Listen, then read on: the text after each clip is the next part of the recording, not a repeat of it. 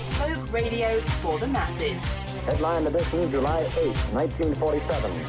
The Army Air Forces has announced that a flying disc has been found and is now in the possession of the Army. If the game is rigged, change the game. Game changer. I occasionally think how quickly our differences worldwide would vanish if we were facing an alien threat from outside this world. This is Fade to Black with your host, Jimmy Church, on the Game Changer Radio Network and KGRA, the Global Radio Alliance. I need your help to get to the year 1985. You're listening to Fade to Black with Jimmy Church on the Game Changer Network.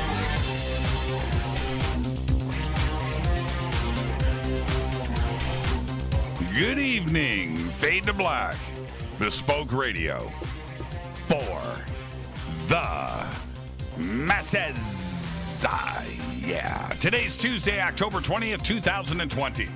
294 days into the new year, only 72 days left. Let's do this, man.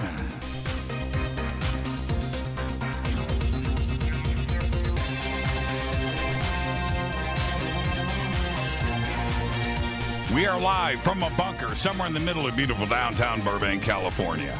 And I would like to welcome everybody listening all around the world, all across the United States. Hither and thither, to and fro, back and forth, up and down, east and west, north and south, far and near.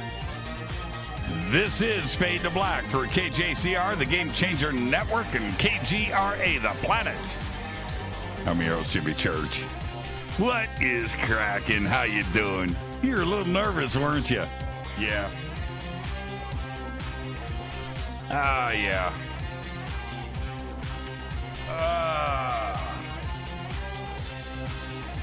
All right. I got some splaining to do.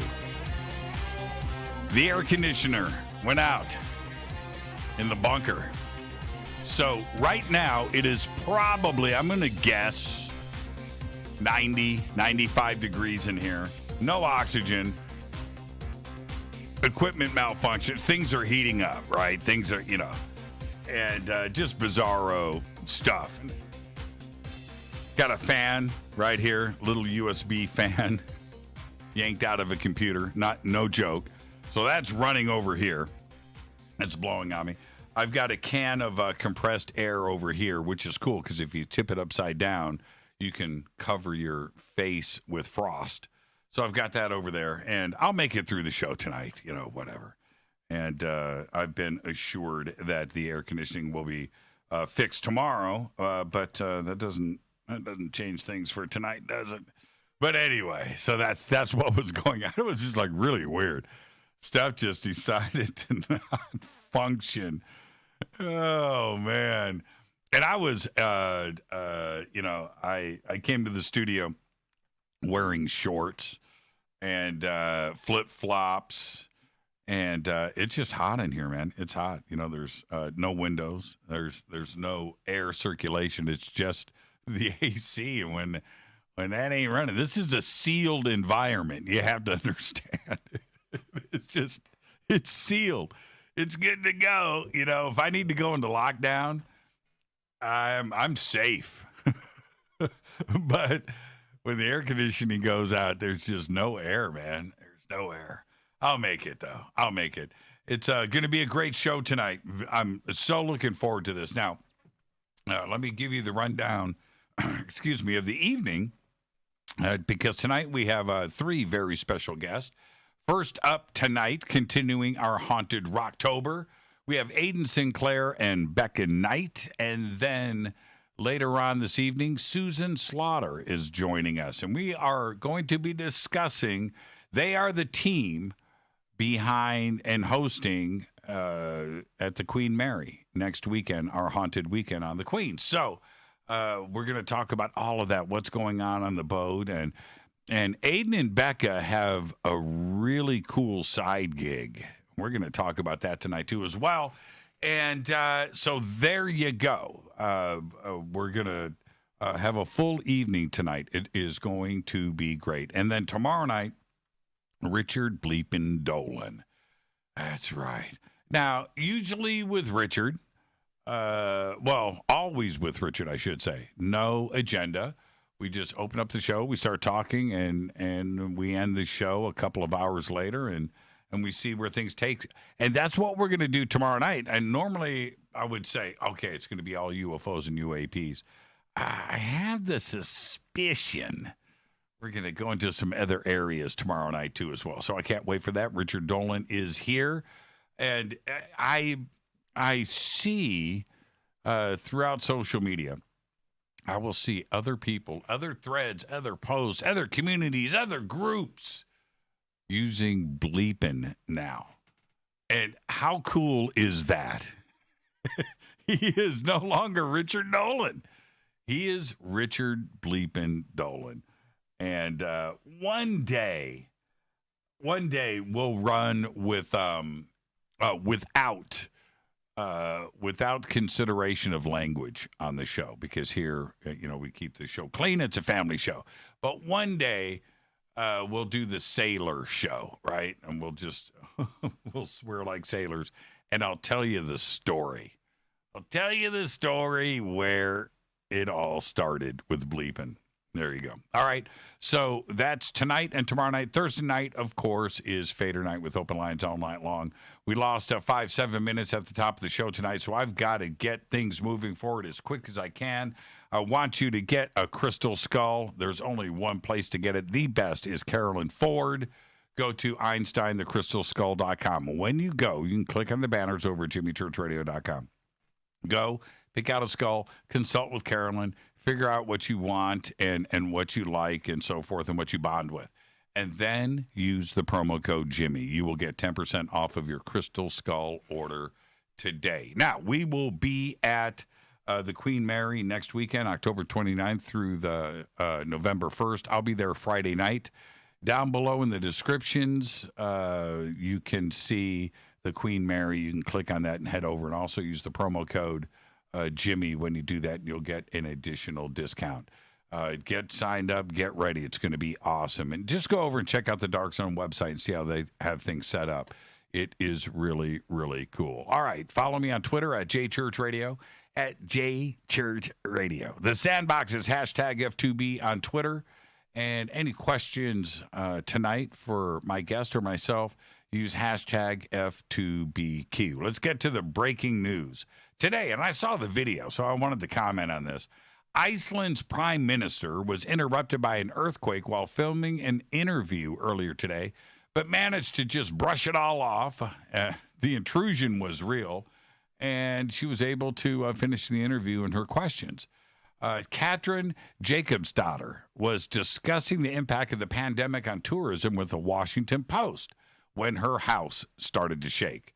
And she says, it's in the video, oh my God, there's an earthquake. And then she apologizes. Sorry, there was an earthquake here right now. And she says, I'm perfectly fine. The house is strong. No worries. It's pretty insane. Jacobsdottir has been Iceland's prime minister since 2017. The earthquake itself was a 5.6 hit this afternoon, about 10 kilometers southwest of Hartnavorsur, a coastal town near the capital of Reykjavik, according to the United States Geological Survey. It was pretty crazy. Let's get the show cracking. Happy birthday to today. I don't believe this, but I'm going to stick to it. Snoop Dogg is only 49 years old. I'm going to guess here. I'm going to say Snoop Dogg is 65. I'm going 65. 49 years old. John Krasinski today is 41. Viggo Mortensen today, 63. And an old friend of mine, Cinderella drummer and stickman Fred Curry, all-around nice guy, huge talent, great producer, great drummer. Today, Fred Curry is just 53 years old. Our dead guy's birthday today is, hard to believe, Tom Petty, 1950 to 2017. Died at the age of 66. Tom, of course, was the lead vocalist and guitarist of Tom Petty and the Heartbreakers, and was also a member of the Traveling Wilburys. His hit singles include Don't Do Me Like That, Refugee, The Waiting, Don't Come Around Here No More, Learning to Fly, I Won't Back Down, Free Fallin', and You Don't Know How It Feels. Tom and his Heartbreakers were inducted into the Rock and Roll Hall of Fame back in 2002. He died of an accidental drug overdose on October 2nd, 2017. I can't believe that it was 3 years ago. I mean, I thought he died last year. 1 week after the end of the Heartbreakers' 40th anniversary tour. On this day in history, 1977, October 20th, Ronnie Van Zant, Steve Gaines, and Cassie Gaines of Leonard Skinner die in a Mississippi plane crash, as well as the band's assistant road manager and the plane's pilot and co-pilot. 20 others survived on this day in 1977. Fader fact. Okay, here you go. What can I say? A sneeze is coming on. Here it comes. Sneeze. Are you guys watching? Eyes watering. Did it pass? Okay, fader fact. During World War II, now this is, look, you're not going to believe this, so just go with it, okay? And you can look up Operation Fantasia, okay? Look it up. Sneeze is coming back. Okay, during World War II, the American Army created Operation Fantasia, in which foxes were covered in glow paint. That's right. And they were going to be released in Japan as a form of psychological warfare. I'm not making this up. The plan never reached Japan, but they did test it in Washington, D.C., freaking out anyone who saw them. Operation Fantasia. Oh, man. People got paid to sit around and think that one up. Let's paint a bunch of foxes in glow-in-the-dark paint. We'll unleash them in Tokyo. Oh, man. All right. It's not that expensive of a defense budget, I don't think. Man, I need coffee. Tonight, very special guest. Continuing our Haunted Rocktober with Aiden Sinclair, Becca Knight, and Susan Slaughter. All of them are joining us to discuss our Halloween weekend next week on the Queen Mary. Tomorrow night is the return of Richard Dolan for all of the latest on UFOs and UAP, all of the news from around the world. Thursday night is another Fader night with open lines all night long. All right. Can we talk? Here we go. River Moon Coffee. Yeah. Fade to Black blend. We've got all the links up for River Moon Coffee. Just go and check it. That's the best. The best. Fade to Black blend. F2B blend. 15% off of your order today. Now, Miley Cyrus. Miley Cyrus is in the news because she just opened up in an interview. She just opened up about a close encounter. Yeah. A close encounter she had with E.T. and their ship. That's right. Now, I like eyewitness testimony. I do. I really do. Now, I'm going to give you Miley's version of events, and then let me know what you think. She says, now, I have all the quotes here, so I'm not going to take anything out of context. I'm not going to speak for her. I'm not going to rewrite. I'm not going to say, no. These are her words. It's good stuff, too. She says, quote, I was driving through San Bernardino with my friend, and I got chased down by some sort of UFO. She goes on to say, I'm pretty sure about what I saw, but I also bought weed wax from a guy in a van in front of a taco shop. So it could have been the weed wax.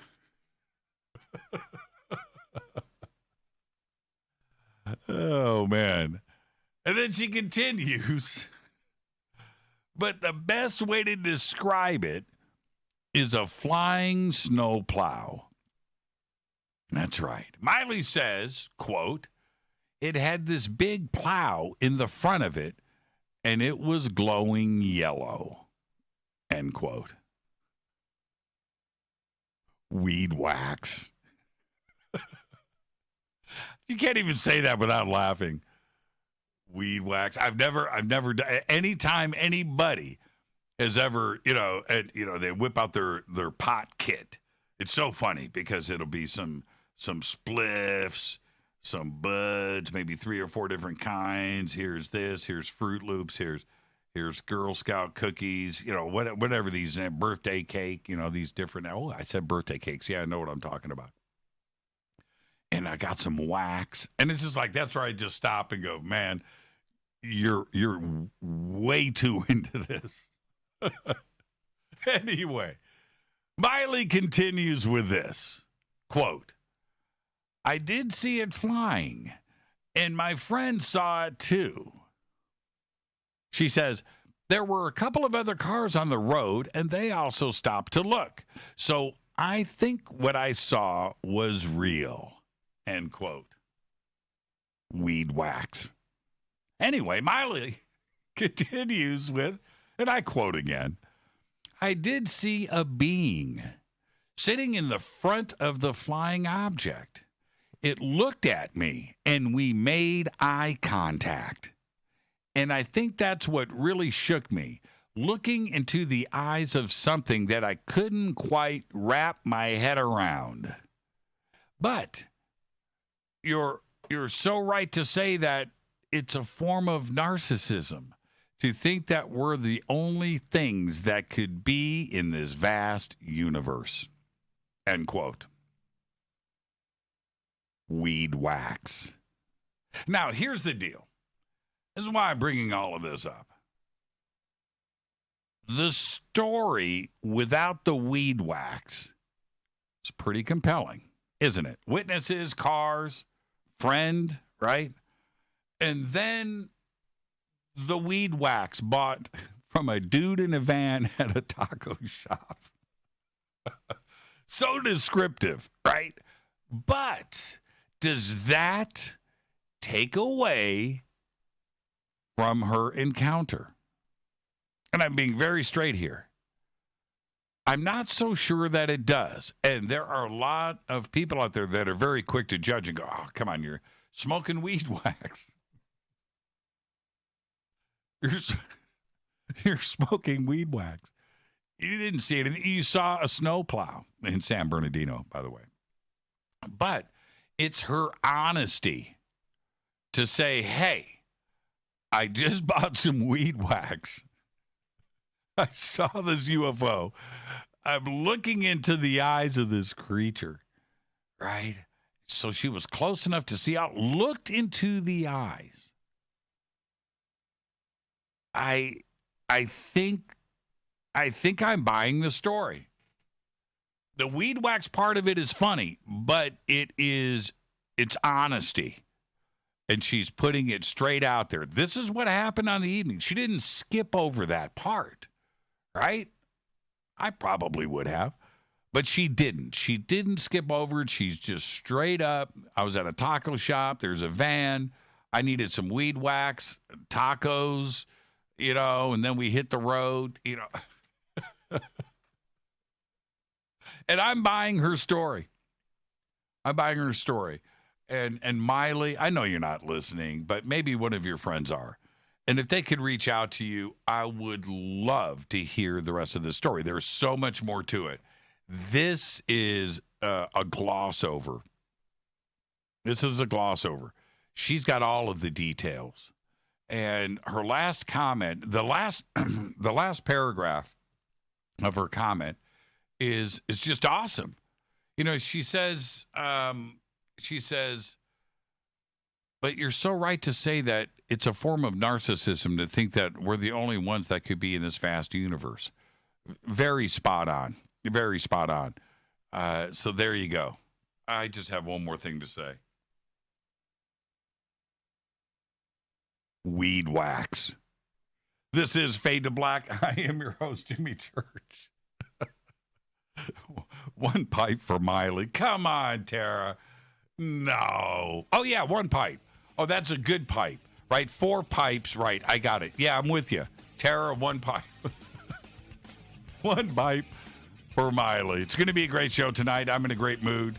I'm sitting in a sauna. It's 95 degrees in here. I'm sweating. I'm just wet. Yeah. It's Fade to Black. I'm your host, Jimmy Church. Tonight, Aiden Sinclair, Becca Knight, Susan Slaughter. We're talking about our haunted weekend coming up next week on the Queen Mary on the Game Changer Network and KGRA, The Planet. Stay with me.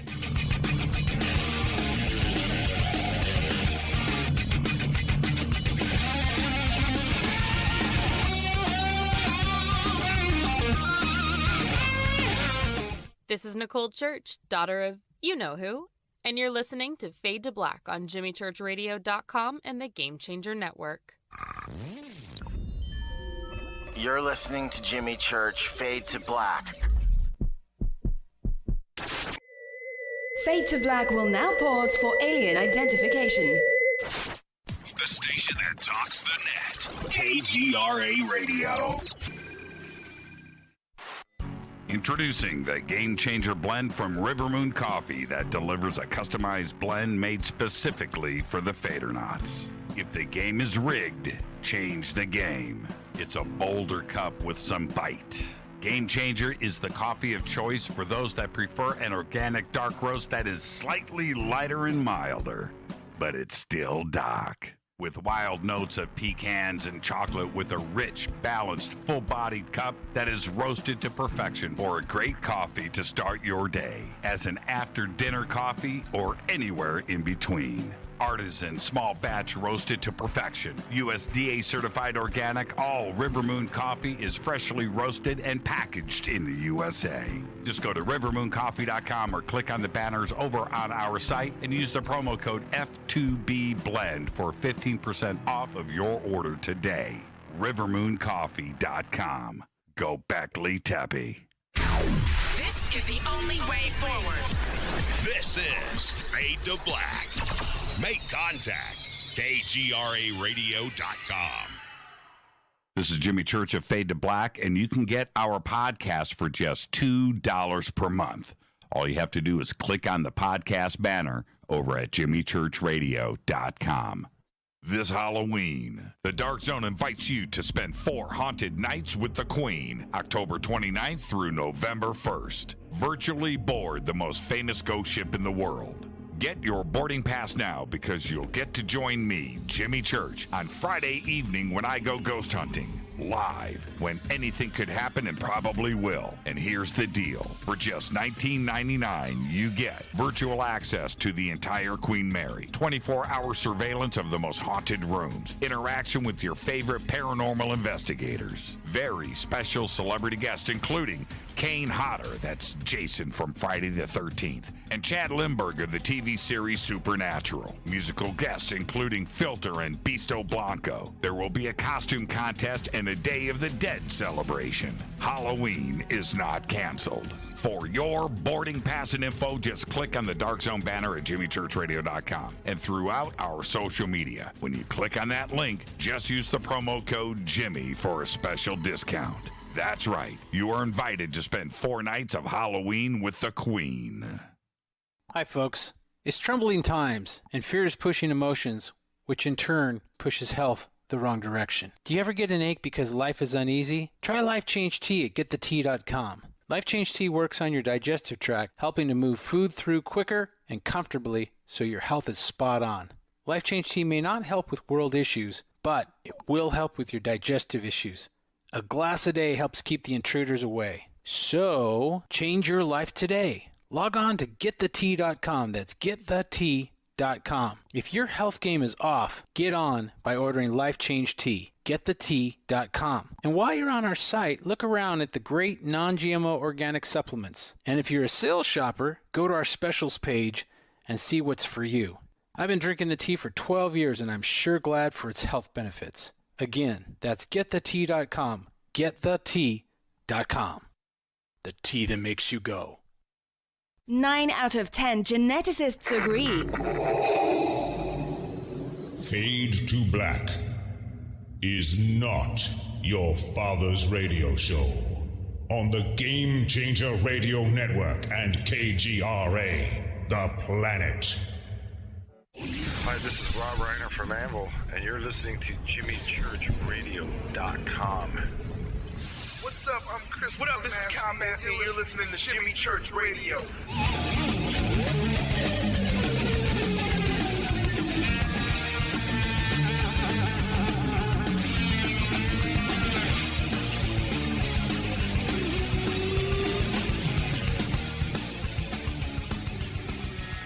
All right, welcome back. Fade to Black. I'm your host, Jimmy Church. Tonight, continuing our Haunted Rocktober. Tonight, Aiden Sinclair, Becca Knight, Susan Slaughter will be joining us in the next hour. We're discussing our haunted weekend on the Queen Mary. It's going down next week, October 29th through November 1st. Aiden is an active magician member of the prestigious Academy of Magical Arts at the Magic Castle right here in Hollywood, California. Has been a feature performer on the hit series America's Got Talent and Penn and Teller's Fool Us, as well as appearing on national television programs in England, Ireland, and South Africa. And this is the thing. First off, Aiden and Becca, I want to welcome both of you to the show for the first time. Good evening. How are you? Oh, hold on. Let's actually do this over. I hit the wrong mute button. Okay. Good evening. How are you? Hi. Hey, how are you? Thanks for having us on. Yeah, and this is what's great. First-time guest, which we love around here, but that means you get the first-time guest disclaimer. So let's get that out of the way first, which is this. It's just the three of us sitting on my couch having a conversation as friends, and where that conversation starts, it starts. Where it ends, but we're going to end as friends. There you go. Awesome. Yeah, disclaimer over. I'm actually going to start. Oh, you know what? I wanted to share this with you, Aiden. You're going to laugh. In the, I can say this now. I think statute of limitations is over. I used to live down the street from the Magic Castle. Well, any rocker in Hollywood at that time lived down the street from the Magic Castle. But back then, in the day, they don't have it now, but back then, this is 30 years ago, 25 years ago, 30 years ago, on the concrete wall down on Franklin or Fountain, leading up to there's that white wall there, and they mounted to the wall a sign that said the Magic Castle with an arrow pointing up the driveway. I stole 3 of them. Oh my God, that's awesome! I did, and I had them in my living room, and then I went back. They kept replacing the signs, right? And so I had like an old one, and then like 2 brand new ones, right? Well, anyway, after that, after the 3rd one, that stuff was in a frame up off of the. You see how it is now, right? Yeah, with concrete. No, they've locked it down now. Yeah. It's all that's because of me. So, there you go. Okay, it's important to have a legacy, Jimmy. You got to have a legacy. You know what? I feel cleansed. I feel cleansed. I feel better. But I actually want to start here. The both of you happen to work at 2 of the most haunted, craziest, scariest places in all of the world. Why?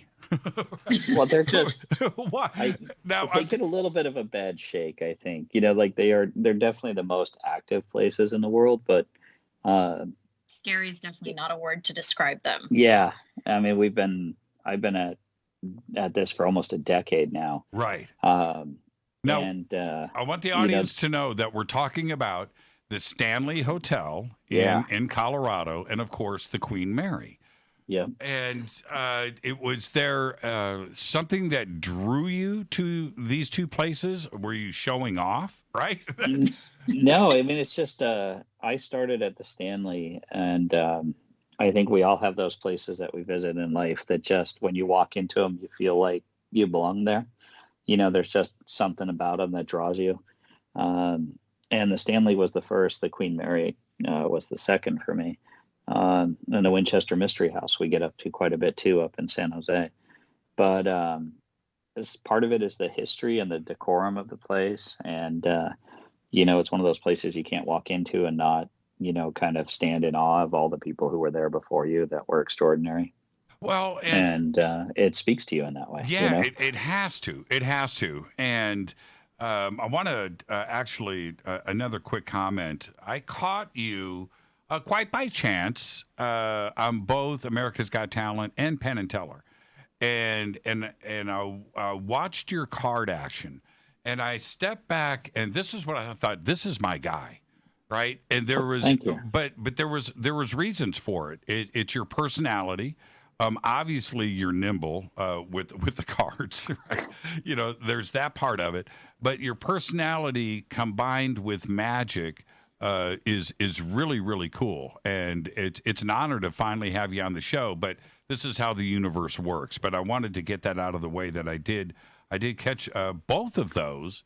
And what are the odds, right? And well, thank you for watching them. For one, you know, that was they were both really super humbling experiences to do. So, you know, they were a lot of fun, but also immensely intimidating. You know, it's the doing TV work is always, you know, kind of tricky, but under those conditions is, you know, they're competitive and, you know, you got a lot of people looking at you. So it's a little bit harder to maintain your cool. Yeah, somebody just posted a picture of the new Magic Castle sign and the brick wall.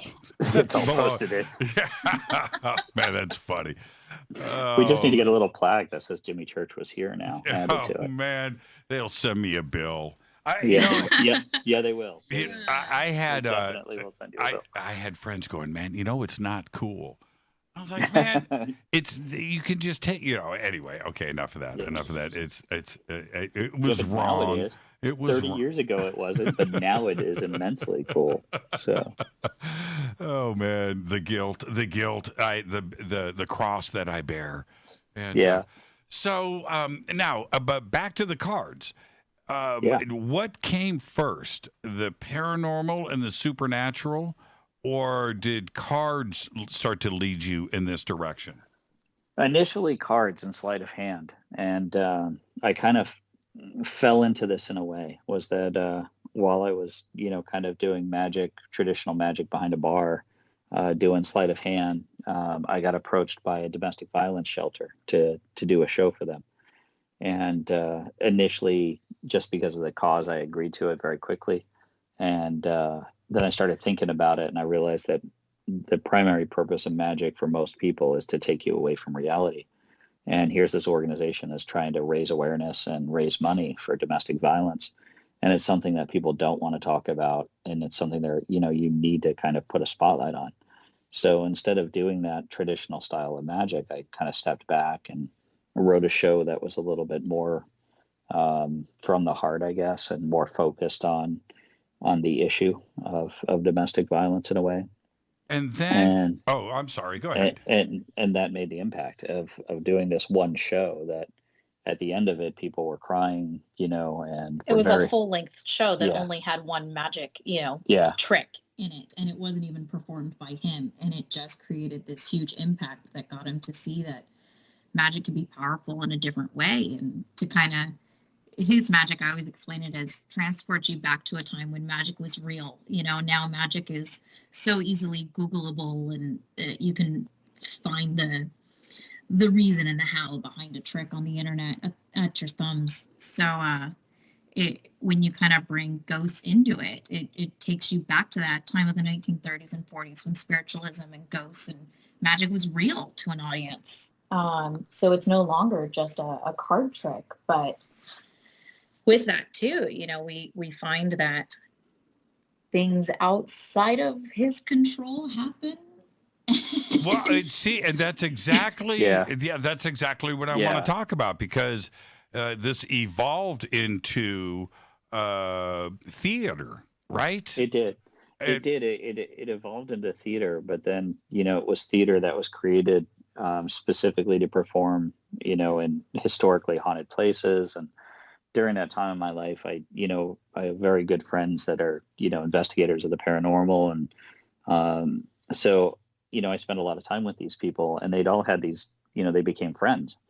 And as a magician, I'm kind of a natural skeptic. So I'm performing in haunted places, and then they would have these paranormal conventions where, these investigators would come in, and I started tagging along on investigations with, like Dave Schrader and Grant Wilson and Patrick Doyle and, these people from TV.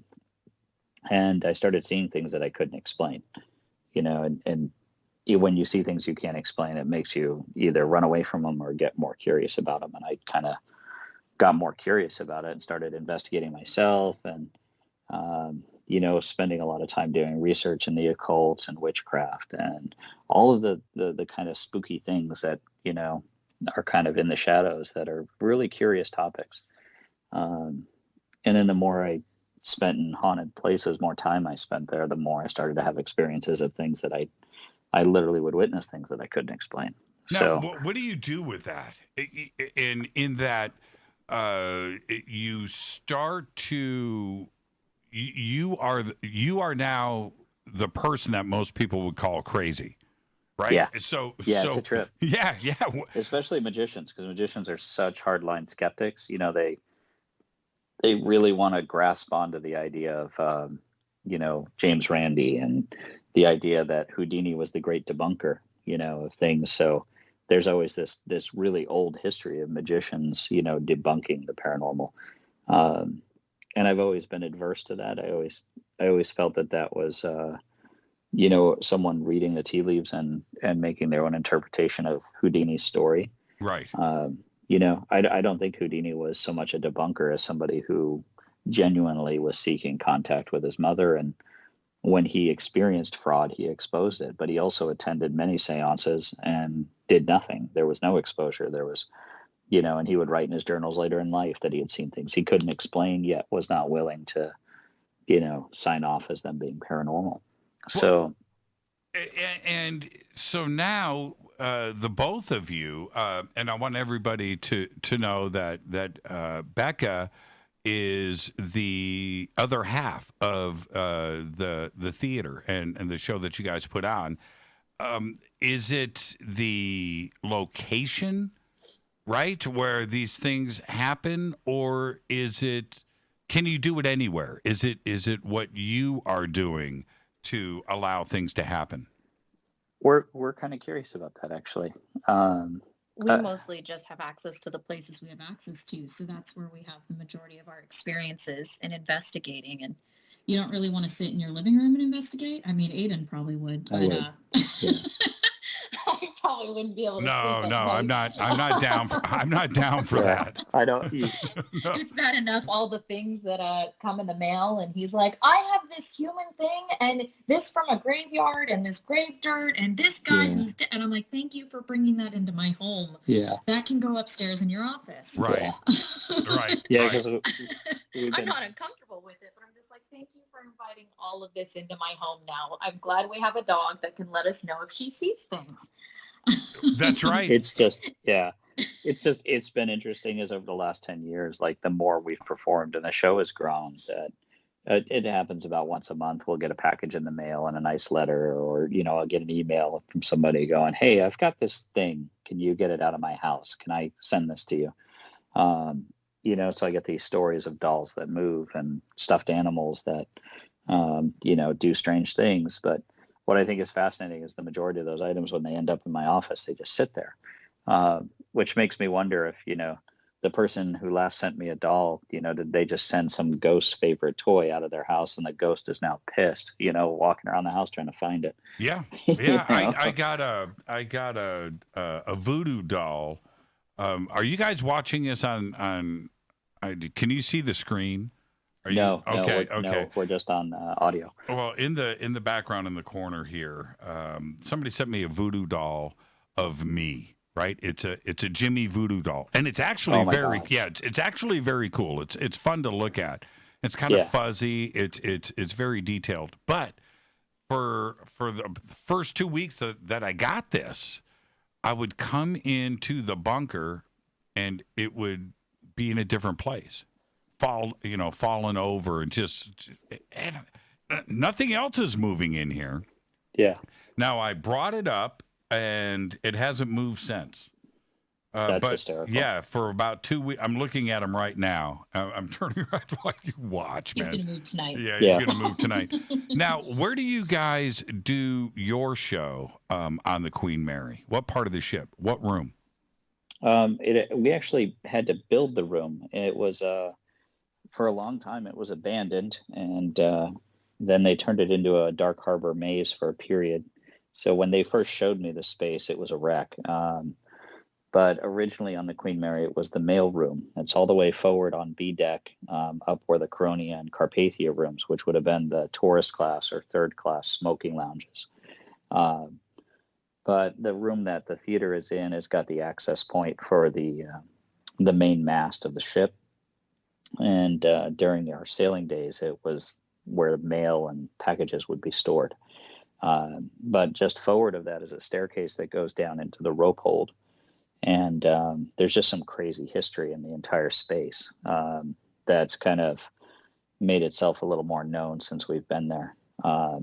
So there's, the Queen Mary is this extraordinary place where, today people see a landmark of Long Beach, but it's a place where, Walt Disney and, Marilyn Monroe and Bob Hope and, like anybody who was anybody sailed on her, so truly legendary celebrities spent a lot of time there.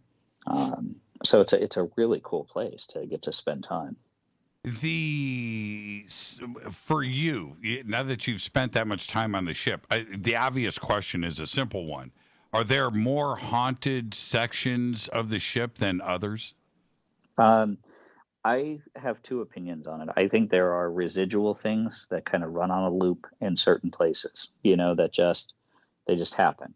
And I think those individual things are kind of confined to certain places. Like there's a pretty recurring regular haunt called the Gent that shows up in Sir Winston's bar, a man in a tuxedo seated at the bar having a cocktail.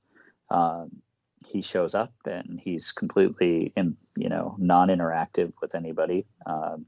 People will walk up to him and talk to him, and he won't acknowledge a presence.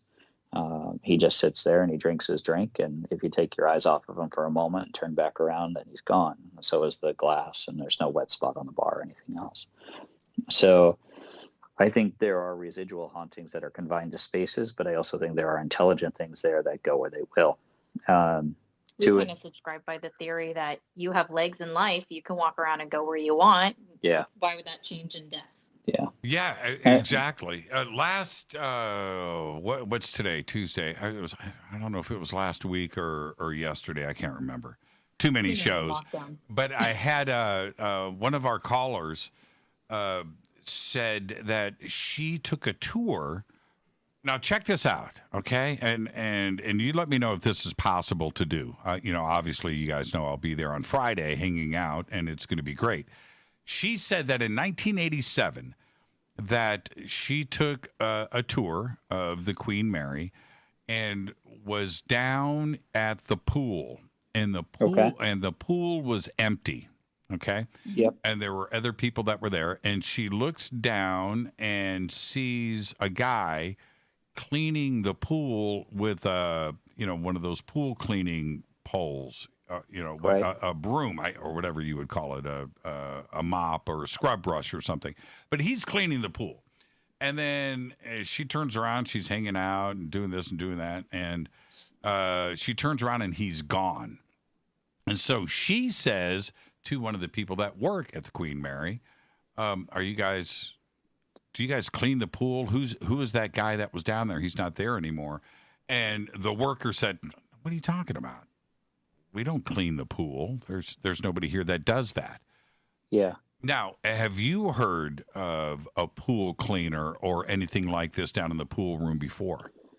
We haven't seen that at all. And since the pool's been closed to the public, it seems like what was there now kind of roams the ship and, goes looking for people instead. And say if he was residual too, there's nobody accessing the pool to even see him anymore. Yeah, it's one of the things about the Dark Zone event that's going to be really cool is no one in forever has put up cameras that can run 24 hours a day on the pool, just to see if something happens. And most investigators that come to investigate, they only get one day, so we're in this position this Halloween to put up a camera for 4 days. Right. Now, is there a pool? That's just going to run. Is there a pool camera? There is. There is. Now it's on. Okay. Now, okay. The bummer though is that if it captures anything, we can't go into the pool. So like they're literally laying down like a piece of board to protect the tile work, and the camera will be mounted and then locked into the pool. So. If something was an intelligent haunt, if something got captured, we could run down and stand outside of the doors of the pool and maybe interact in that way. Ask if they want to come over to us. Well, okay, so so this is my request. As you know, I'll be there Friday, ghost hunting for about 4 hours. And I think I'm there from 5 until 9 or 10. So who is the team that I'm going to be hunting with? You'll probably work with both of us. Basically, Becca will be in one spot, and I'll be in a spot each day. And then they're still figuring out the timelines and logistics. But I think we're going to switch to where, everybody that is investigating with us gets an opportunity to go to multiple places. And, so we'll probably see both of it. You'll probably see both of us at one point or the other. Okay. I'm not going to be walking around by myself. Don't tell me. No. Okay. All right. No, I'm already scared enough, man. I'm scared enough. So, can I go down to the pool? We can go to the outside of it, but we won't be able to access the interior. No, no. But I can go into the pool room. Yeah, you'll be able to go up to a window that's kind of on the main deck and look out. The camera is probably going to be the only thing that actually gets to get into the pool space. Today it's just not safe. And I hate to say it, but part of the reason we want to set the cameras in there is just to see if anything happens at all. There's so much myth about the pool that, it may be that we put up a camera for 4 days and some really wicked stuff happens, or maybe 4 days goes by and nothing happens at all. I'm so excited about this. Now, so if you're going to be doing this a week from this Friday with me, if you're going to take me, which you are, to the spot on the ship, where are you going to take me first? That's a good question. I don't know how they're going to do the schedule just yet, if we're going to, how many places we're going to each day, or if the show is going to progress, to where Thursday we might be in one section of the ship and then Friday another. They're still kind of sketching that out. I do know that while over the course of the 4 days, we'll be investigating and the forward rope hold in our theater space, as well as the children's playroom, the Queen's Salon, room B340,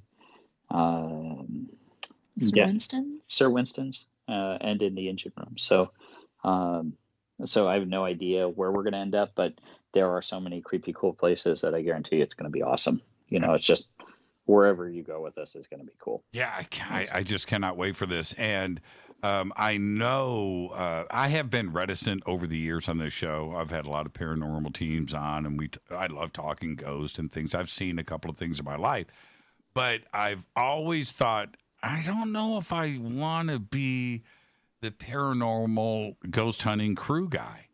It's too freaky for me. Most of these teams, as we all know, they're in complete darkness.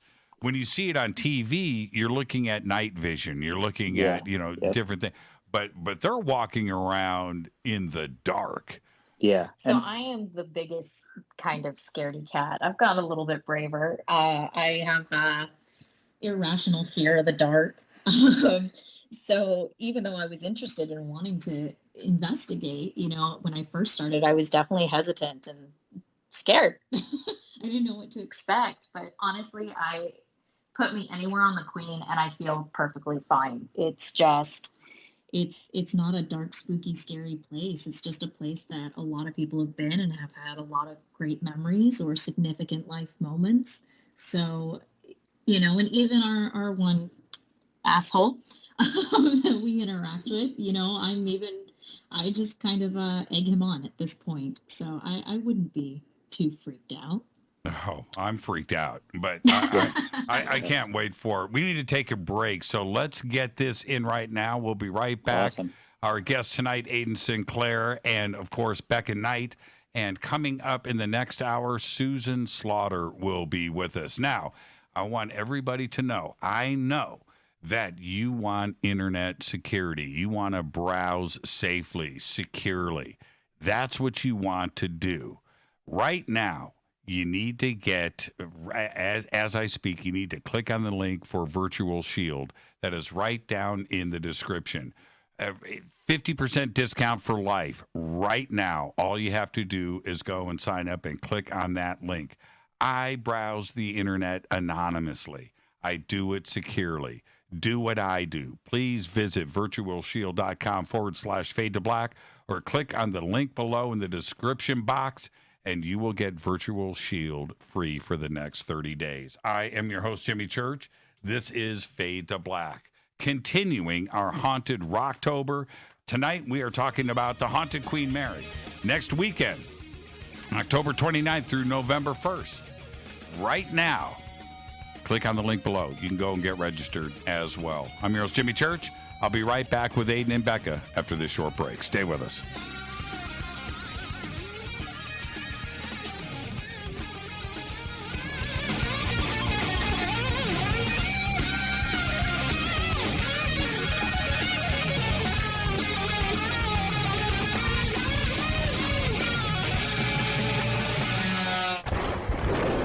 This is Fade to Black with Jimmy Church on the Game Changer Radio Network and KGRA, the Global Radio Alliance. This is KGRA Digital Broadcasting Station, Salt Lake City, Utah, Van Buren, Arkansas. Hello, my name is Billy Carson, and I am a best-selling author and the founder of ForbiddenKnowledge.tv. Together with my team, we have built an all-new conscious streaming TV platform designed with every family member in mind. If you have ever wanted to travel the world and attend lectures and workshops from your favorite speakers but weren't able to, look no further. ForbiddenKnowledge.tv. There are dozens of workshops and lectures from speakers you know and love. We have also included amazing categories to assure that your consciousness is entertained and elevating on a daily basis. Amazing interviews, ancient history, ascension knowledge, wisdom teachings, documentaries, conspiracies, mysteries, health and fitness, conscious cooking, meditations, finance, yoga, and so much more. To start your free trial on any mobile device or computer, surf to ForbiddenKnowledge.tv. That's Forbidden Knowledge with the number 4, ForbiddenKnowledge.tv. Again, visit ForbiddenKnowledge.tv today. Listen, I know, and you know, that you've always wanted your first crystal skull. Or maybe you're a collector just like me, but you just don't know where to go to find the real thing. Then I met Carolyn Ford over at EinsteinTheCrystalSkull.com. Carolyn is the guardian of Einstein, one of the most respected ancient crystal skulls in the world. All of her unique skulls have been imprinted sitting with Einstein in his sacred lodge and are carved from the finest gemstone and materials.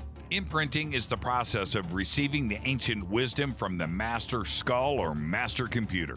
Einstein, the ancient crystal skull. To see Carolyn's current collection of crystal skulls, just visit her store at EinsteinTheCrystalSkull.com or click on the banner over on our site. Don't forget to use the promo code Jimmy at checkout to receive 10% off of your order today. That's promo code Jimmy. Finding your first or next crystal skull is easy. Just visit EinsteinTheCrystalSkull.com.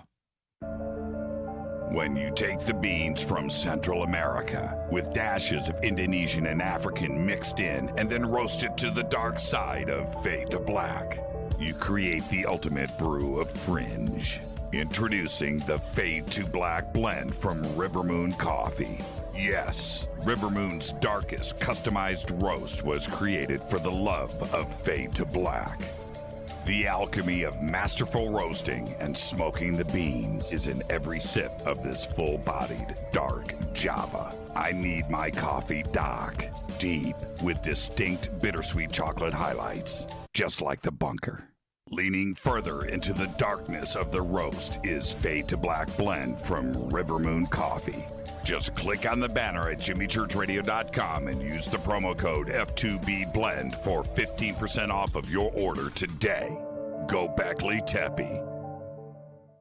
Hello, I'm Katie, and you're listening to my main man, Jimmy Church, on jimmychurchradio.com. Hi, this is Ray Hobbs here, repping the planet, and you're listening to my good friend, Jimmy Church, Fade to Black, on the Game Changer Network and the KGRA Digital Broadcast Station. This is Toby Kebbell. You're listening to jimmychurchradio.com. Don't hurt me, Jimmy. I'm only little. Hey, I'm Adrian Grenier. And this is Ari Gold. We're the Honey Brothers. We are also Honey Brothers. Hey, I'm Adrian Grenier. And I'm Ari Gold. We're the Honey Brothers. And you're listening to Jimmy Church. The Revolution. This is Jimmy Church of Fade to Black, and you can become an official Fadernaut by just going to our membership section at jimmychurchradio.com. Hello, this is Serena Wright Taylor from Conscious Life Expo, and you're listening to Fade to Black with Jimmy Church, who holds the Lucky Pony record for the best astrological chart since 1963. True story. This is Micah Hanks of the Gralien Report, and you're listening to Jimmy Church on Fade to Black, across the globe on the Game Changer Radio Network and the one and only KGRA Radio, The Planet.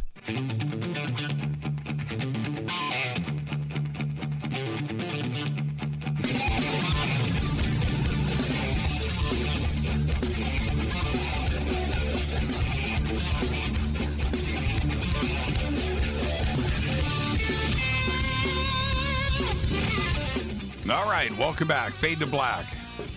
Tonight we are discussing our haunted weekend that's going down next weekend over Halloween aboard the Queen Mary. Our guest tonight, Aiden Sinclair, Becca Knight, and at the bottom of the hour, Susan Slaughter joins us. And now, Aiden, if you could, can you walk me through the technical layout? What kind of gear do you guys use? Do you use when you go ghost hunting, and how is the ship laid out and equipped? Kind of from one extreme to the other. We use from super low tech to super high tech, I suppose. Our lowest tech device we use is the high and mighty cat ball that you can get on Amazon for like 3 to a pack for $10. They're like those motion activated, like you have to physically touch these little balls to make them light up, like, you know, that little cats play with. So what's cool about them is they require, you know, direct physical contact to actually do anything. And we get some pretty cool kind of interactions with those on the ship. On the high-tech side of things, we use the Estes method quite a bit, which is a kind of a spirit box method that was developed at the Stanley Hotel by Carl Pfeiffer and Connor Randall. They were the resident paranormal investigators at the Stanley for a long time. And it involves taking a spirit box, but instead of having, you know, the entire group sit around listening to the thing, you isolate one individual, and that person is placed in noise canceling, sound isolating headphones. So all that person hears is the audio coming out of the spirit box. You also blindfold that person so they can't see anything in the room. And their job is really to say anything that they hear. You know, any word that they make out, they say. Where it gets really interesting is when you start having question and answer sessions in a room and you get intelligent responses to questions coming from someone who can't hear the questions being asked. So, you know, it prompts you to kind of be very curious of where are these answers coming from. And then we also use, you know, the standards kind of K2 meters and data loggers and laser grids. We'll set that kind of stuff up just to see what we can capture. And that's just the equipment that we have. Yeah. The different investigators that are coming in too have their, you know, own methods that they're used to investigating with that they're going to bring on and see what happens with that. Yeah. Tony Rathman's bringing some cool toys to to set up on the ship for the first time, see how they do. Chad Lindbergh's usually got a bunch of gear. Yeah, and Chad's a blast. Yeah, everybody knows kind of Chad from, his TV and film kind of career, but he's an avid investigator of the paranormal, and did a paranormal series actually with John Tenney for a while.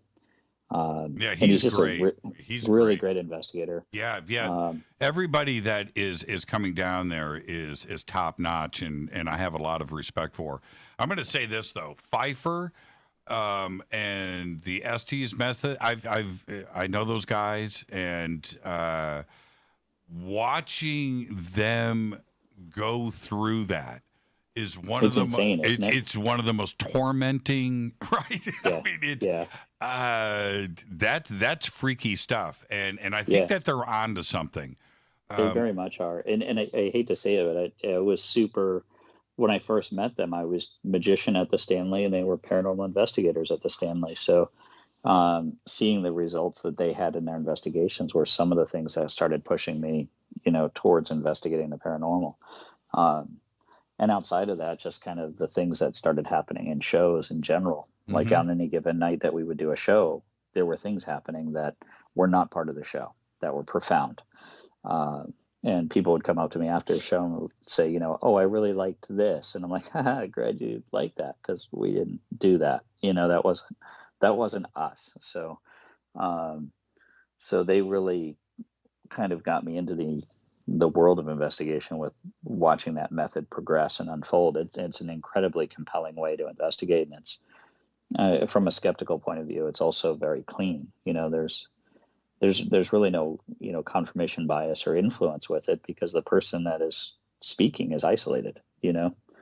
I can't imagine the dreamscape that the brain is going through during an Estes session. I just can't imagine. Yeah, no, I just can't imagine. No drugs allowed either, right? Yeah, it's trippy. Because I'm a magician as well. Like when we started investigating, I've investigated for almost a decade, but I generally did it on my time, quietly, privately. And I guess it was 2 years ago that Becca got me to kind of open it up to the public. It was about 1.5 years, 2 years ago. So anytime we would do investigations on the ship, just because of my profession, Becca and I will demonstrate the Estes method when we do a public investigation and be like, hey, this is how it works. But then we step away from it. We've always, tried to not kind of get involved. We like to document and record all the data. Which means Friday, you'll probably get your opportunity to get inside the headphones and find out what that experience is. Oh, don't get ahead of your skis there, Becca. Slow your roll. But honestly, we have gotten the best conversations, I guess, out of people that have no idea what they're doing and put on the headphones for the first time. Sure. That is when some of our most compelling evidence has happened. I think it's interesting. Sometimes when it's the person's first time, they don't know what to expect. So they're a little more open, and then they're a little more comfortable saying, all right, I'll say whatever I hear. And we've had things happen on the ship that were just if they weren't on video, there's times that I would question whether they happened or not.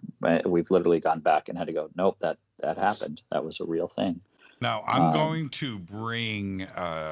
I've got some military grade, the serious stuff. I've got night vision goggles. Sweet. Yeah, the real ones. So I'm going to bring those, and I also have a high-end Tascam digital recorder, portable field recorder, professional.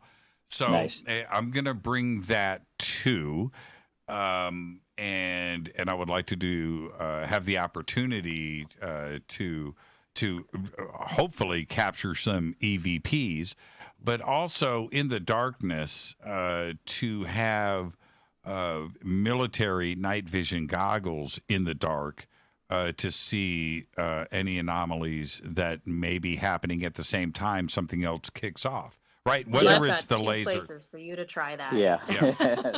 Absolutely. And Becca's already like, oh, we're going here.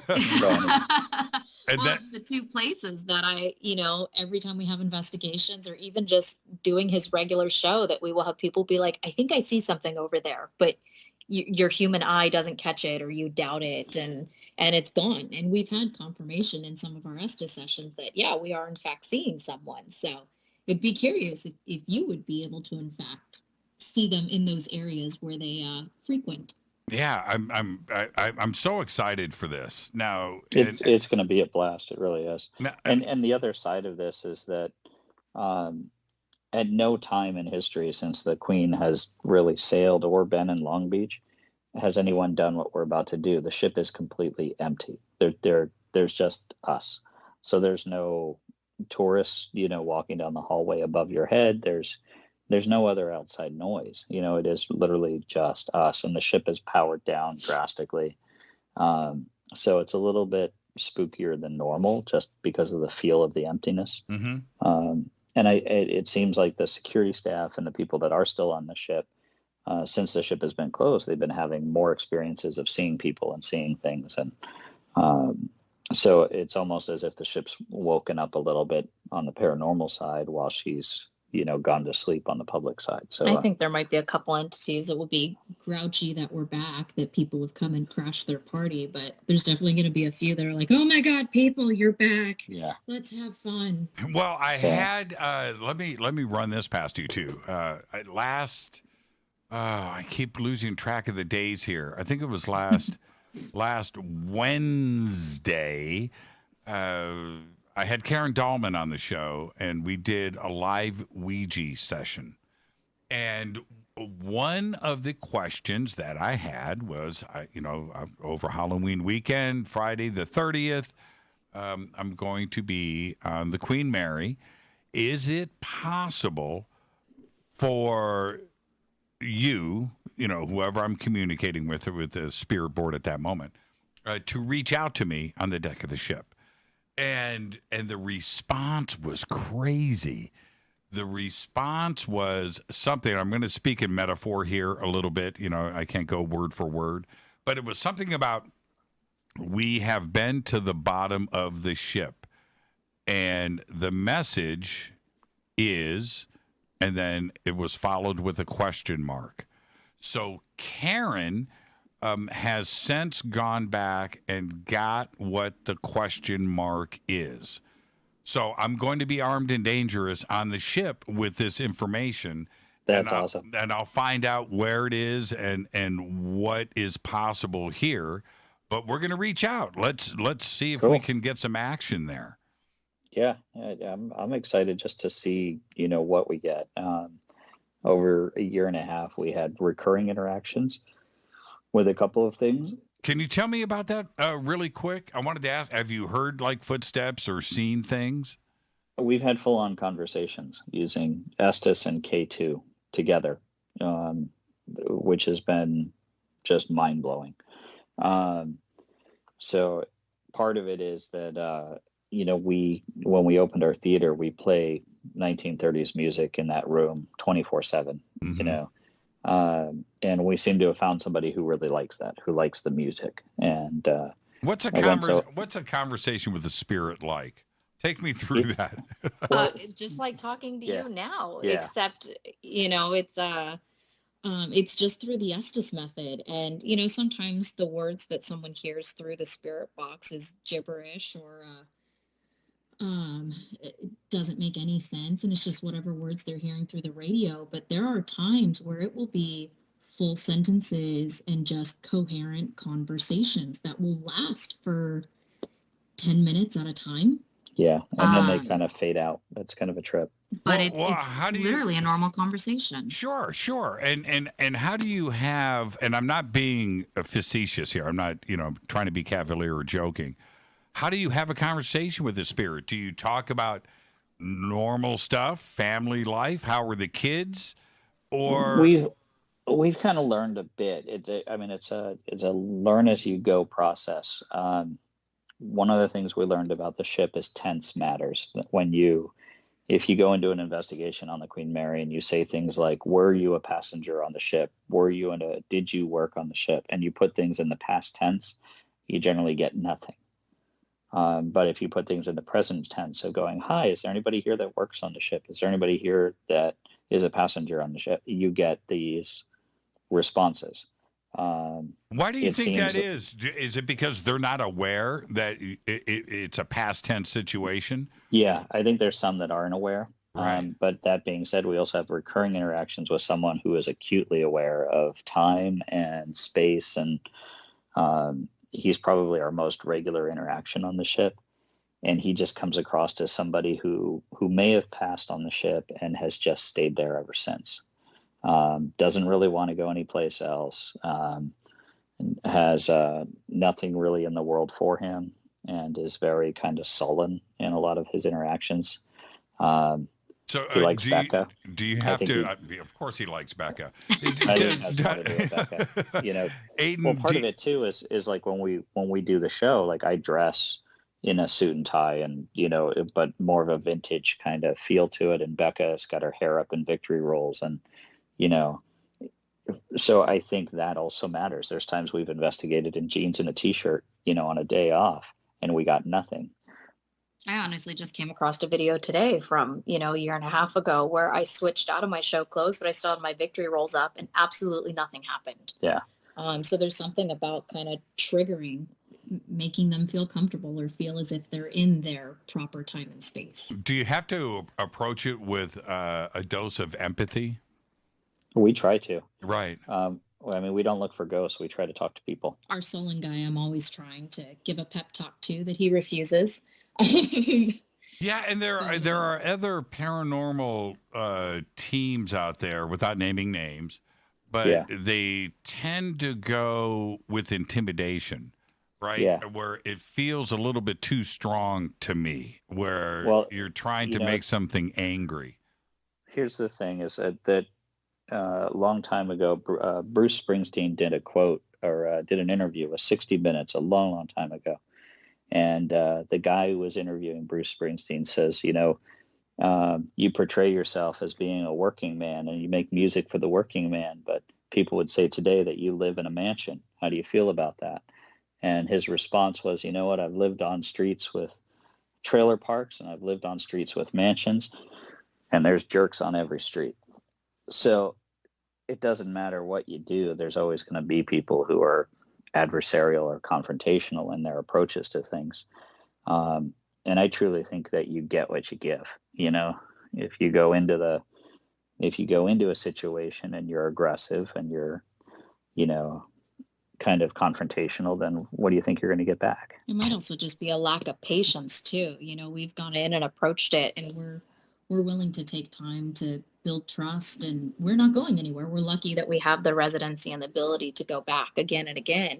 So I think you might get a quicker response with aggression and annoying the heck out of someone. But if we go in with empathy and kindness, we get someone that might be willing to talk to us and continue a conversation, and either that we can help or at least just bring some company to sometimes.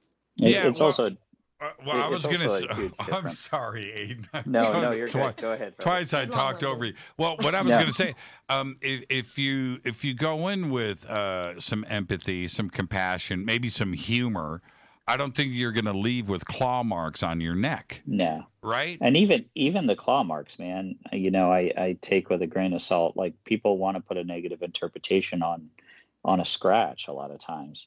But, if you have been trying to manifest all your energy to maybe poke somebody or touch somebody, and maybe that's all it was somebody who finally is reaching out to just tap you on the shoulder, and that's the moment when you kind of turned your body and all they caught was their nail.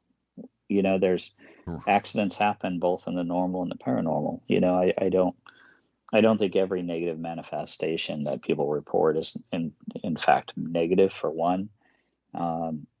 And for two, I think it's also kind of that mentality of what can you do for me, ghost? Most people investigate the paranormal and go looking for ghosts. It's, knock on the wall with shaving a haircut and, do something if you're here. And we try to approach it in a very opposite way. We try to say, hey, we're here if you want to talk to us.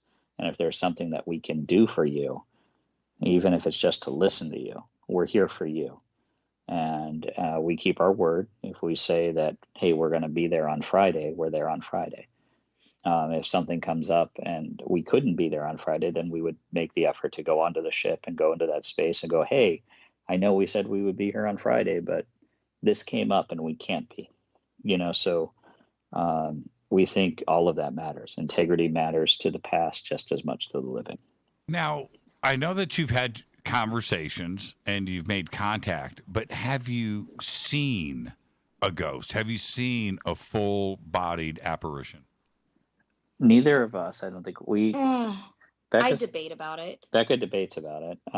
We have been given a photo of what someone thinks might have been Jackie, that we lean towards trusting as being a thing, just because this wasn't a woman that seemed to know her way around Photoshop. The story in which it came to her seemed right.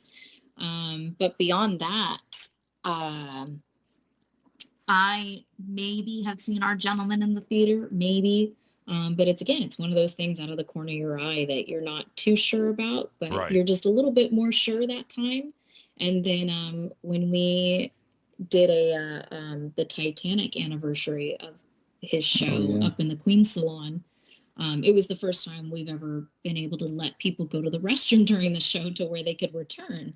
Because usually we have a one-way in showroom down in our theater. And since we were up in the Queen's Salon, there was access to go in and out.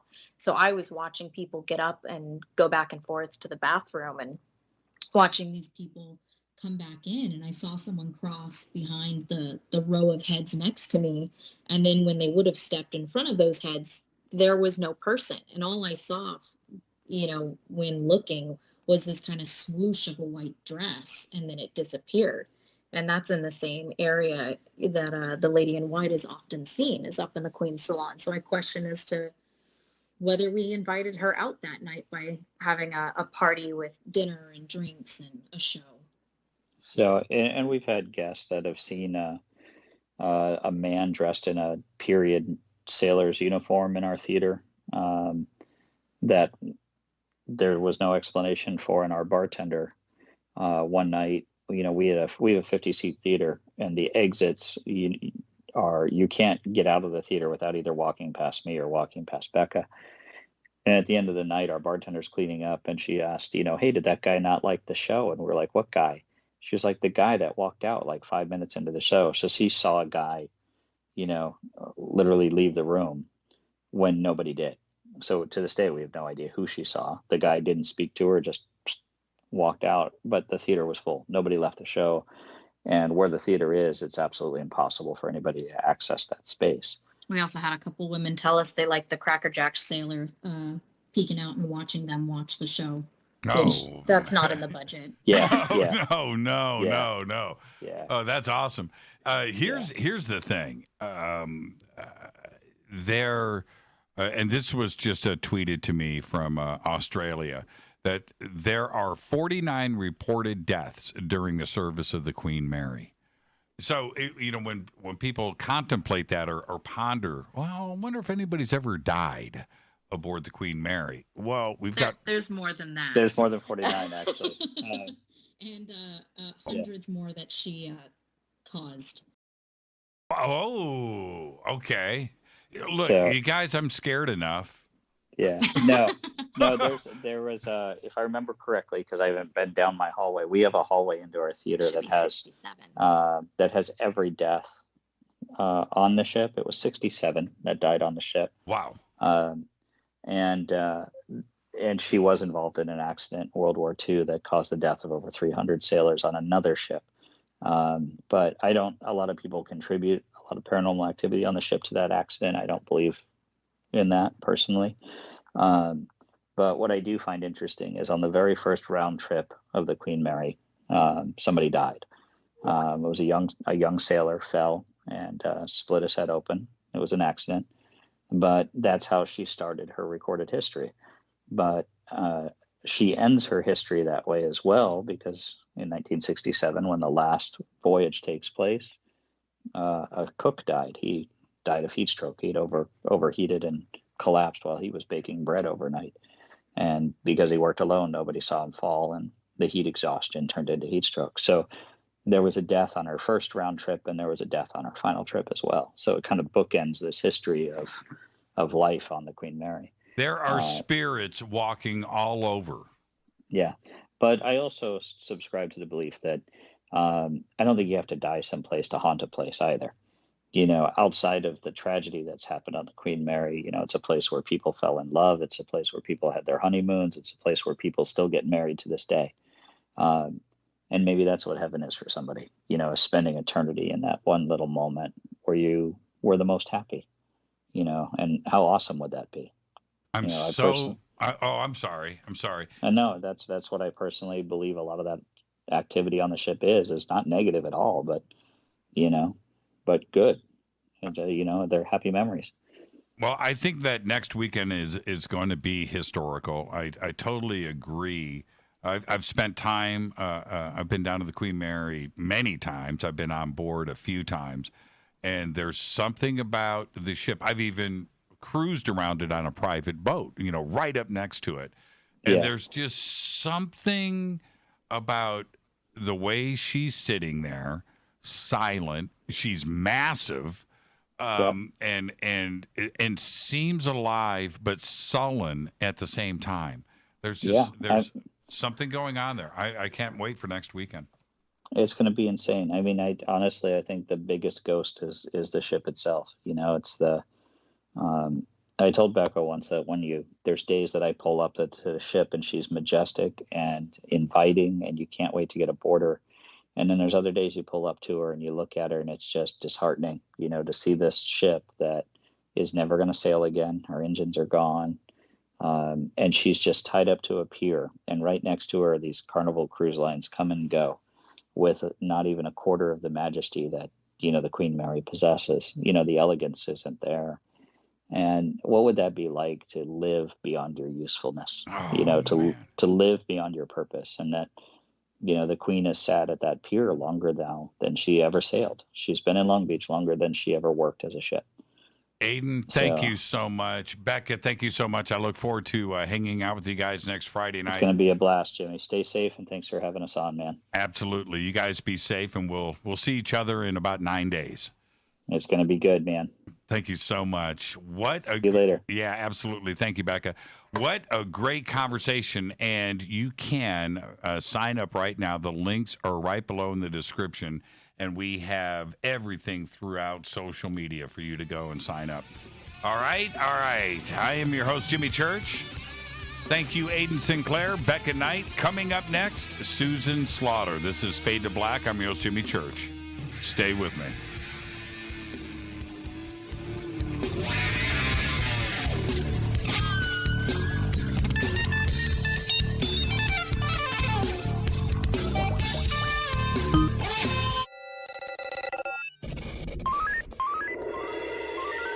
Way out here, we listen to Jimmy Church.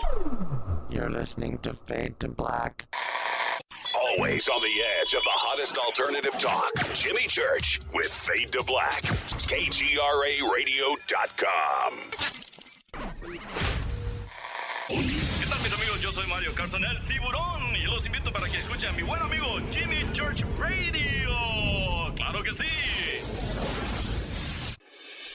Do you want to be an official Fadernaut? Of course you do. This is Jimmy Church of Fade to Black. Just go to our membership section at jimmychurchradio.com. This Halloween, the Dark Zone invites you to spend 4 haunted nights with the Queen, October 29th through November 1st. Virtually board the most famous ghost ship in the world.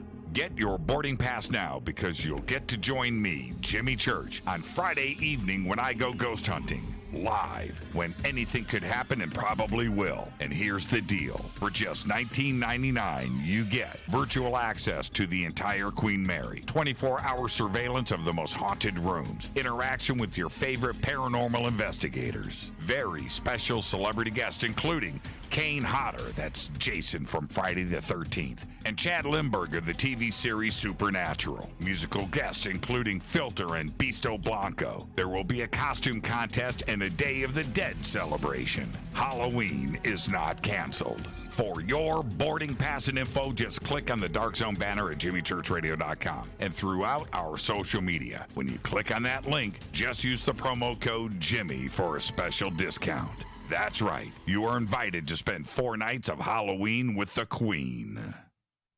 So, you love talk radio? Then you'll love TalkStreamLive.com. TalkStream Live is always on, 24/7 with the best streaming talk shows. Find your favorite talkers and discover some new ones. It's free, readily available online or on mobile with any smartphone or tablet. Finding your favorite talk shows all in one place has gotten a whole lot easier. Just go to TalkStreamLive.com. Be sure to download the free apps from Google Play or the iTunes App Store. You listen to us, and we listen to you. And so does the CIA. KGRARadio.com.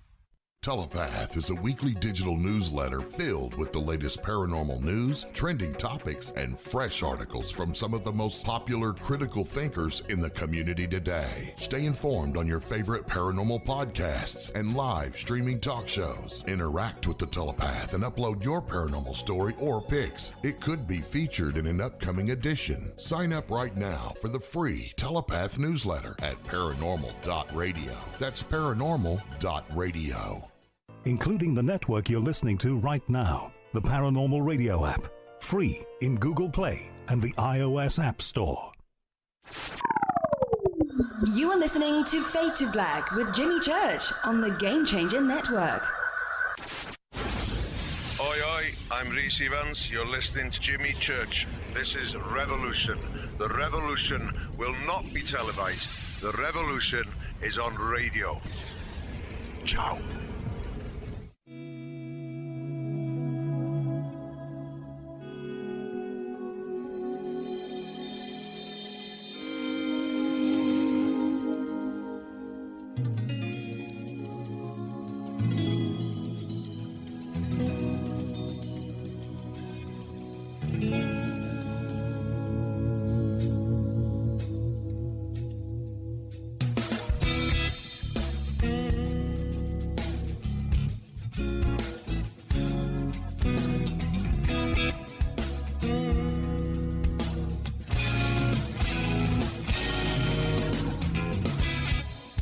Welcome back, Fade to Black. I'm your host, Jimmy Church. Tonight, continuing our Haunted Rocktober. That's right, we're discussing our Halloween weekend next week on the Queen Mary. And now joining us is Susan Slaughter, who began her paranormal adventures after winning season 1 as an investigator in training on the hit SyFy show Ghost Hunters Academy. Susan then graduated to case manager on the hit SyFy show Ghost Hunters International for 3 seasons. After the show, she continued to research with a variety of paranormal groups around the country, and I would like to welcome the first time to Fade to Black, Susan Slaughter. Susan, good evening. How are you? Hey, Jimmy. Thanks for having me on. How are you? I am fantastic, and this is the thing. First-time guest on the show. We love first-time guests, and you get the first-time guest disclaimer, which is Ooh, this. What does that mean? It's, Susan, it's just you and I sitting on my couch having a conversation as friends. And where the conversation starts, it starts. Where it ends. But we're going to end as friends. There you go. You ready? I'm ready. Now, here's the deal. Next weekend is going to be pretty amazing. And I am really looking forward to this. And the audience here has heard me say many times over the years, you know what? I'm going to leave ghost hunting to the professionals. Right? I'm much safer at home. But here I go. I'm jumping in with both feet. But you chose to do this. You win Ghost Hunters Academy. You continue for 3 seasons on Ghost Hunters International. Are you nuts, or is this something that you've just always wanted to do? I've always been, I guess, privy to the paranormal since I was a child. I had encounters, personal experiences with the unexplained, not just ghosts, but all sorts of strange little occurrences in my life. And I was just trying to make sense of them. And I guess, I've had a lot of near-death experiences growing up in South Florida. I lived a pretty rowdy life. And I don't know, I just wanted to understand, I guess at the end of the day, when you understand life after death, you understand the meaning of life itself. Mm-hmm. And I think that's the biggest question to ask. At the end of the day, I think everybody needs to, answer those questions for themselves. And I think, investigating the paranormal is one way to go about it. With what is happening now with network television, where we've got 4, 5, 6, 7 networks running paranormal investigations 24 hours a day, right? And there's a reason for that. People are hungry for this. They want to know. Is one feeding the other? Is network television driving paranormal investigators, or would this have happened without television? I mean, paranormal investigations have been happening way before TV made it popular. I mean, let's talk about the Warrens, for instance. Sure. They were investigating places like the Amityville and even the house in Amityville and even the Conjuring house.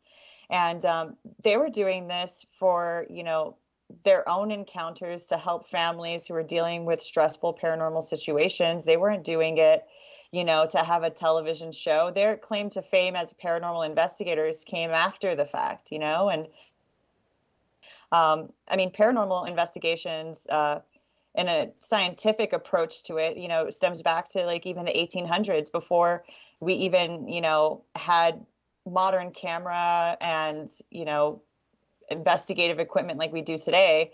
I mean, people were putting, baby powder on the floors and watching, patterns of paranormal footsteps that way, this has been going on for a long time. I think the reason why it's so popular now is because I believe people are waking up to their spiritual abilities and, they're becoming more spiritually aware. I think that's something that's happening throughout the consciousness and everybody. Is it, tell me what it's like as you start an investigation. Is there an adrenaline rush there? Is that part of it? To be honest, investigations could be quite boring. You can't, tell ghosts or spirits to play tricks for you. To be quite honest, I started off my career in, investigating homes, places that, weren't like notoriously incredibly haunted. But sometimes you go to a location 3, 4, 5 days and you'll only get like 2 or 3 massive pieces of, evidence. And when I say massive, I'm talking like a Class A EVP or, an apparition or light anomalies, things like that.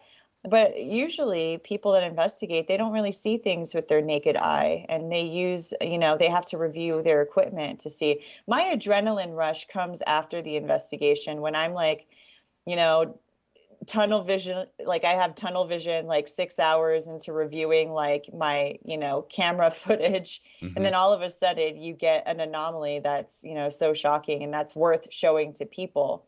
That's where the real rush is, where you actually captured something on camera that you can like now corroborate with other investigators and even show other people and say, here, I've got proof of the paranormal. Now, because at the end of the day, like I could have a paranormal experience and yes, that might be profound to me, but it's not profound to others because they weren't there. So when you actually capture something to show other people, that's what's exciting. Now, there's 2 aspects to this, and I know that a lot of this is done in complete darkness. Is there a situation where you have seen something with the naked eye? A ghost, for example. Yeah. Yes. Yeah. In dark rooms and in broad daylight. Absolutely. So, I mean, in dark rooms, it's easier to note light anomalies with the naked eye. And the reason why paranormal investigators use the cloak of darkness is because there's no other light interferences. There's no false positive for light anomalies and things like that. Not to mention, usually at night, traffic dies down, people are asleep, so there's less, residual noise. Sure. Yeah, environmental melting sounds into like rooms and things like that. So, but yes, I have seen all sorts of phenomena. I mean, my whole life's quest is to come into contact with energies like this, and seek and you shall find, and that's been my motto in the paranormal. I've often said, Susan, that the Holy Grail for me, in my world, is seeing a UFO during the day. Right, that's different. I have. Right at night, we're going to get back to that. I'm not going to let that go. But at night, if you see something in the sky, you can't necessarily see the shape or what it may be, the surface. You don't know. It's cool. It's fun. But during the day, when you see something, that's a whole nother situation, and you are able to get so much more information as to what you are seeing. Is it the same thing with something during the day when you're ghost hunting? If you see something during the day, is that considered more Holy Grailish? I would say the Holy Grail paranormal capture would be, a full-bodied apparition, manifesting in front of a camera and then possibly speaking at the same time. a Holy Grail, like EVP, would be, a spirit telling me the meaning of life, and what the other side is, and we don't get that type of information, unfortunately, on paranormal investigations. All we do are get aspects of a human consciousness that's creates haunts and is left behind in our, in our realm, in our dimension. Is it a Holy Grail?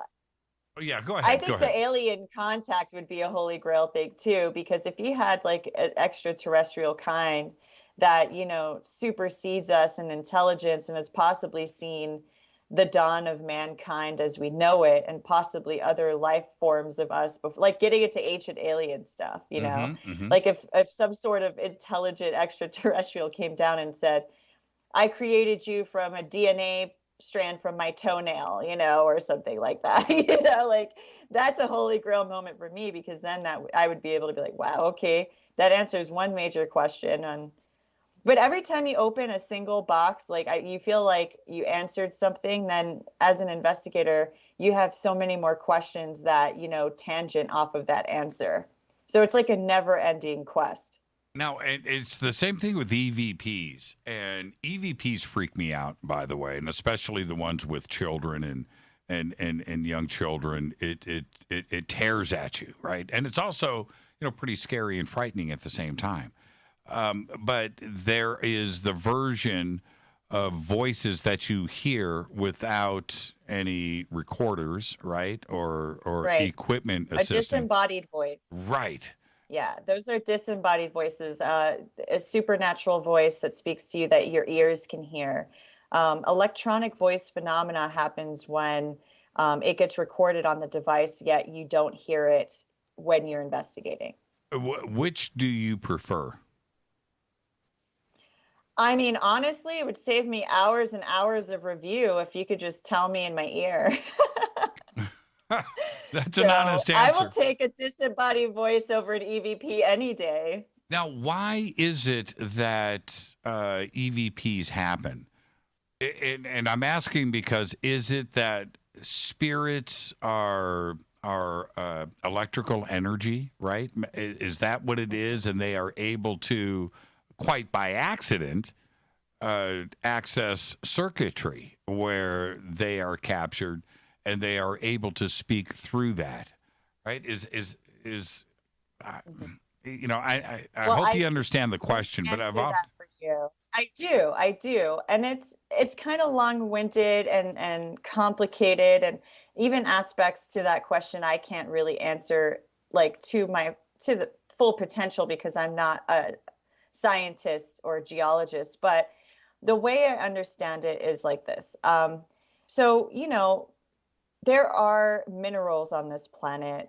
We even know certain types of quartz and crystals can hold, certain vibrational memory. And, it depends on where you are geographically on this planet. If, like, for instance, I grew up in Florida, and there's tons and tons of limestone. And within this limestone are tons of mineral and quartz compacted into it. And it's believed that this type of limestone can hold energy. And just like, think of a cassette tape player, right? So you have, and this, what I'm discussing right now is noted as the stone tape theory. And the idea is that in our, I guess, elemental realm, that we have the capacity for all of these natural, quartz and things to be around us, plus, flowing water. It's very elemental in nature that we're able to like capture, moments in time, whether that be, a residual haunt of some kind, maybe, that leads people to experience things like things happening at the same hour every night. Like, oh, they wake up and they see, an apparition at the top of the stairs, and it's always around like 2 a.m. That is considered a residual haunt, and that might be something that's recorded within the atmosphere. And usually, if you notice, those types of haunts happen within a certain geographical area that has a lot of mineral and quartz composites within the earth. And what's interesting about that as well, I mean, a lot of people, we forget that as man, we are alchemists, and we take things from the earth. We will harvest and mine things and create things like CDs and DVDs and, cassette tapes. But really, we're taking all of these things and harvesting them from our own planet. Our planet has the capability to do these things as well. We've just managed to harness this type of ability, but all of the things that we use are technically from this planet. And this planet has been around longer than man and has the ability to do all the things that we believe that we came up with on her own. So well said. And I've often thought that may be the case, that things are just recorded, captured, right? And we are able to see it. That doesn't explain everything, but some of the things that repeat it's like rewinding a videotape. Right. And you could go down the rabbit hole, a little bit, and we're just talking about paranormal, investigations. But, if you start getting into like some esoteric thoughts back there, people believe in the Akashic records, that everything we do is recorded. And so it's within our nature as, human beings to be recorders of our lives. And that's why we are constantly taping ourselves or noting things, taking pictures. It comes from, a consciousness that stems from within ourselves all the way to the Akashic records. But that's neither here nor there. That's a whole other subject, Oh, we discuss the Akashic records nearly every day on this show. I love the subject. Oh, okay. Now, but all of this, when we look at a ship like the Queen Mary, it's enclosed. It's floating in water. There's energy right there. There are dozens of people that their last days on this planet were spent on that boat. There must be not only residual, but maybe some lonely souls that are just hanging out there, right? I think a lot of the energies that might be within the Queen Mary, and I could only speculate because I have yet to investigate thoroughly on the Queen Mary. I've done ghost tours. I've spent the night there for 2 nights. I've gone to events there, but I've never had a paranormal experience yet. But I've also, every time I've gone to the Queen Mary, it's just been completely packed with people. I mean, every time I go there, it's for an event. It's completely booked up. There's like, either dark harbors going on or, there's when I spent the night there for 2 nights, there was a huge Scott festival happening. So it was a bunch of bagpipes and dudes in kilts. And it was, it was loud, and so you miss a lot of the activity on that ship. So what I'm most excited about is the fact that, and you're going to see this too Friday night, which I'm excited for you. It's completely empty now. There's nobody there except for us at the Dark Zone and our guests. And I'll be able to really vibe with the ship for once and really get an understanding of what type of phenomena happens there. And based off of colleagues of mine and other teams like APRA and, Haunted OC and stuff like that, a lot of the people have reported to me more visual types of phenomena, like people are seeing apparitions on the Queen Mary. And I'm very excited that we'll be having, all the ISO cam setups on the ship because we're going to have them rolling 24/7 in the most active locations on board the ship. And some of these people that have investigated here, like for instance, APRA, they have captured one of the best piece of the best full-bodied apparition I've ever seen on camera was from APRA, and it was from the Queen Mary. So talk about Holy Grail sightings. The best full-bodied apparition I've ever seen came from the Queen Mary. Unfortunately, I wasn't part of that investigation, but it's from a esteemed team that I know, love, and work with in the past. So no doubt in my mind that they contacted and connected with something there. And that's what's making me most excited because I know members of APRA will be there. I'll get to investigate with them again. And not only that, other people that I love to investigate with that are super pro are going to be on board as well.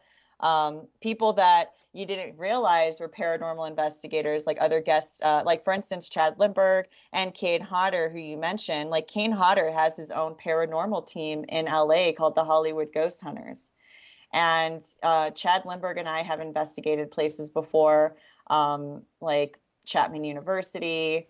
I believe we went to the Queen Mary once, but it was never to investigate. But we did do the tour there.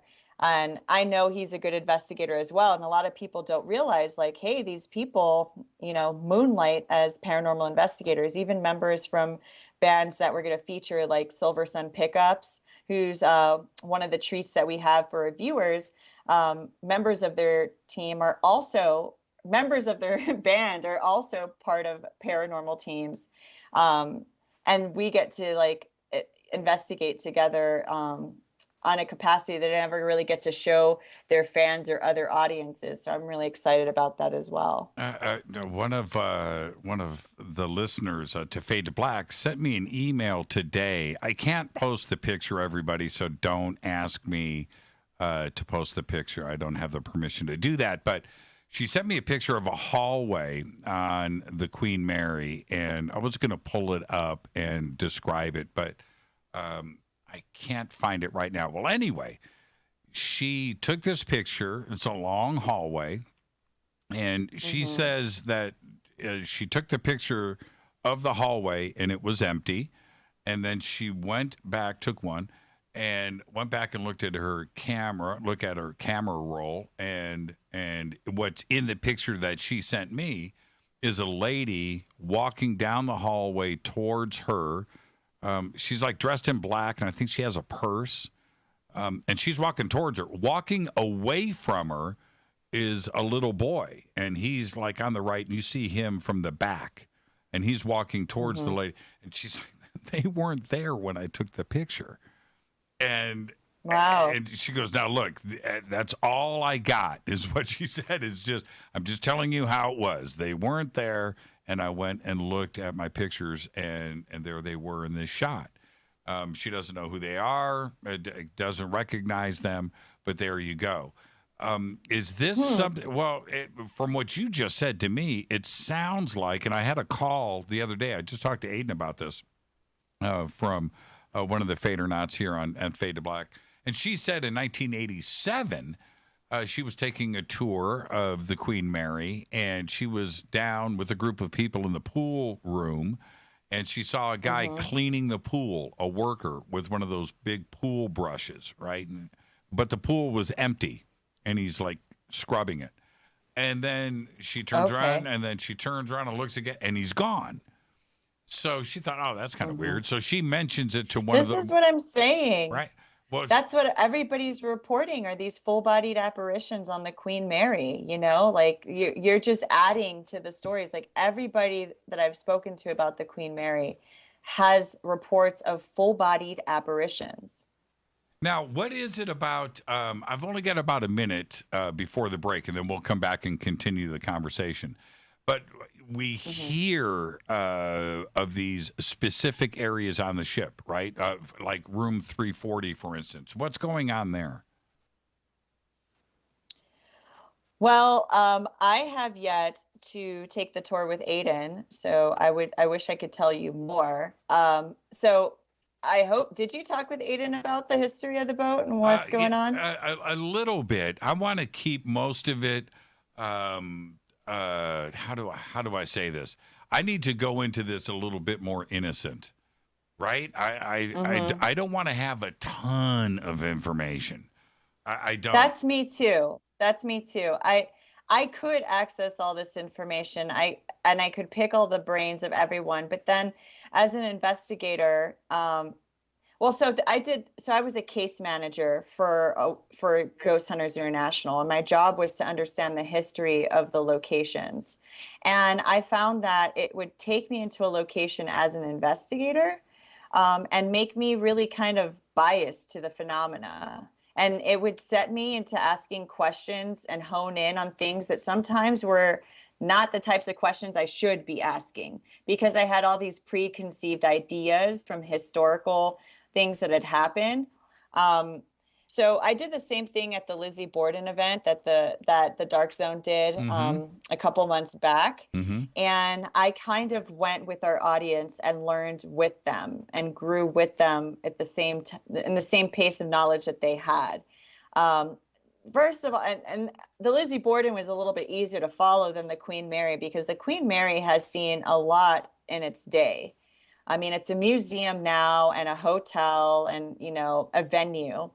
But I mean, from what I understand, it's, you know, been a luxury, you know, ocean liner. It's seen horrific war times during World War II.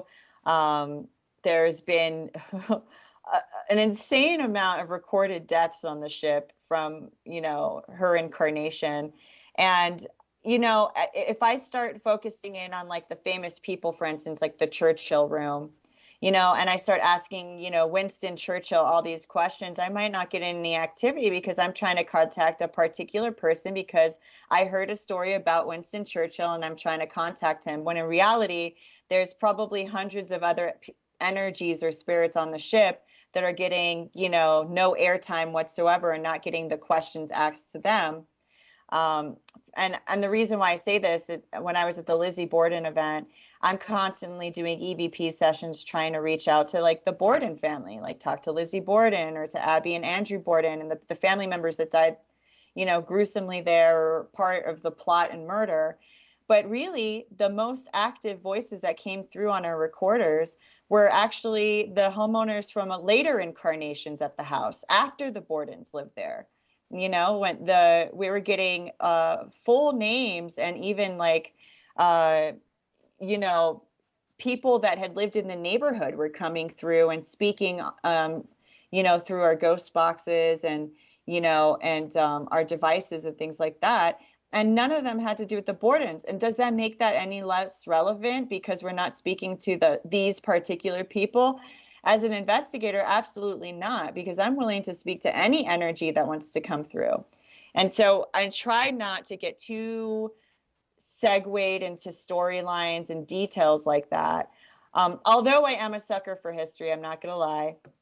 But I would like to know that if I go in kind of, you know, as a blank slate, maybe the types of things that I will encounter will corroborate with those stories at the end of the day.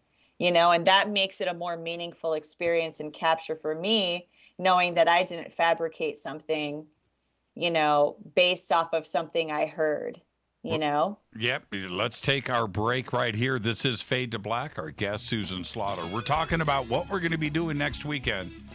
And that is October 29th through November 1st. We are spending our weekend with the Queen.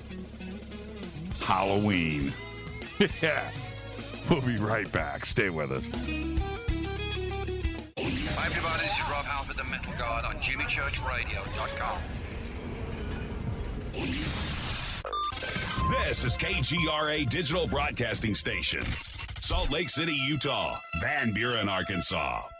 Why is it we're not very good with our health regimen until it's too late? We don't put oil in the car until the engine blows up. When the body's out of balance, your health is not so good. Give your body some love. Log on to GetTheT.com. That's GetTheT.com. Try our Life Change Tea, which cleanses you from harmful intruders. A clean colon is one of the ways to bring the body in balance. We also carry organic supplements to help you get where you need to go. So do your body a favor. Log on to GetTheT.com. That's GetTheT.com. You can even visit our sales page to save some dough. Does anybody call money dough anymore? Anyway, if you're looking for short, helpful health tips, go to YouTube and punch in Health Matters Now. That's Health Matters Now. So, log on to GetTheT.com, shop, get balanced, then learn some cool tips at Health Matters Now. You'll be glad you did. That's GetTheT.com. Your contact for current news and trending topics. KGRARadio.com. This is Jimmy Church of Fade to Black, and I only drink Fade to Black blend coffee from River Moon. Just click on the River Moon Coffee banner at jimmychurchradio.com. Promo code F2B Blend. Let's face it, you've always wanted to do a sky watch and see your first UFO. Today, it's easy. Just get your own HP7 3B Cobalt Jimmy Church Edition night vision goggles from Hoffman's Optics. This is the same U.S. military system that I use, featuring a Generation 3 blue phosphor image tube. That's right, it's blue, not black and green. This is the only blue system in the world, and it's waterproof, lightweight, combat-proven, simple to use, and ready to go. Hoffman's Optics helped create night vision sky watches, and now you can see what everyone has been talking about each night from your own backyard. Just call 760-231-9929. That's 760-231-9929. You can click on the banners on our site or visit UFONightVisionGoggles.com. That's UFONightVisionGoggles.com. Go back, Lee Tappy. This is the only way forward. This is Fade to Black. Make contact. KGRARadio.com. Listen, I know, and you know, that you've always wanted your first crystal skull. Or maybe you're a collector just like me, but you just don't know where to go to find the real thing. Then I met Carolyn Ford over at EinsteinTheCrystalSkull.com. Carolyn is the guardian of Einstein, one of the most respected ancient crystal skulls in the world. All of her unique skulls have been imprinted sitting with Einstein in his sacred lodge and are carved from the finest gemstone and materials. Imprinting is the process of receiving the ancient wisdom from the master skull or master computer. Einstein, the ancient crystal skull. To see Carolyn's current collection of crystal skulls, just visit her store at EinsteinTheCrystalSkull.com or click on the banner over on our site. Don't forget to use the promo code Jimmy at checkout to receive 10% off of your order today. That's promo code Jimmy. Finding your first or next crystal skull is easy. Just visit EinsteinTheCrystalSkull.com.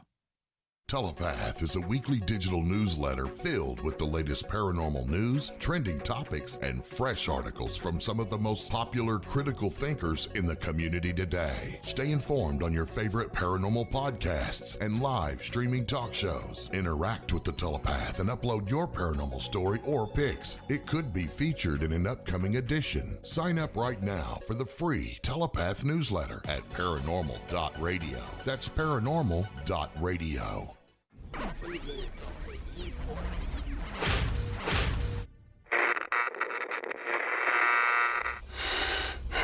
You want to know a secret? I love ponies. I really love ponies. I'm serious. I couldn't stay sane without ponies to brush. Why fade to black? Because you never got that pony, damn it. This is Fade to Black with Jimmy Church on the Game Changer Radio Network and KGRA, the Global Radio Alliance.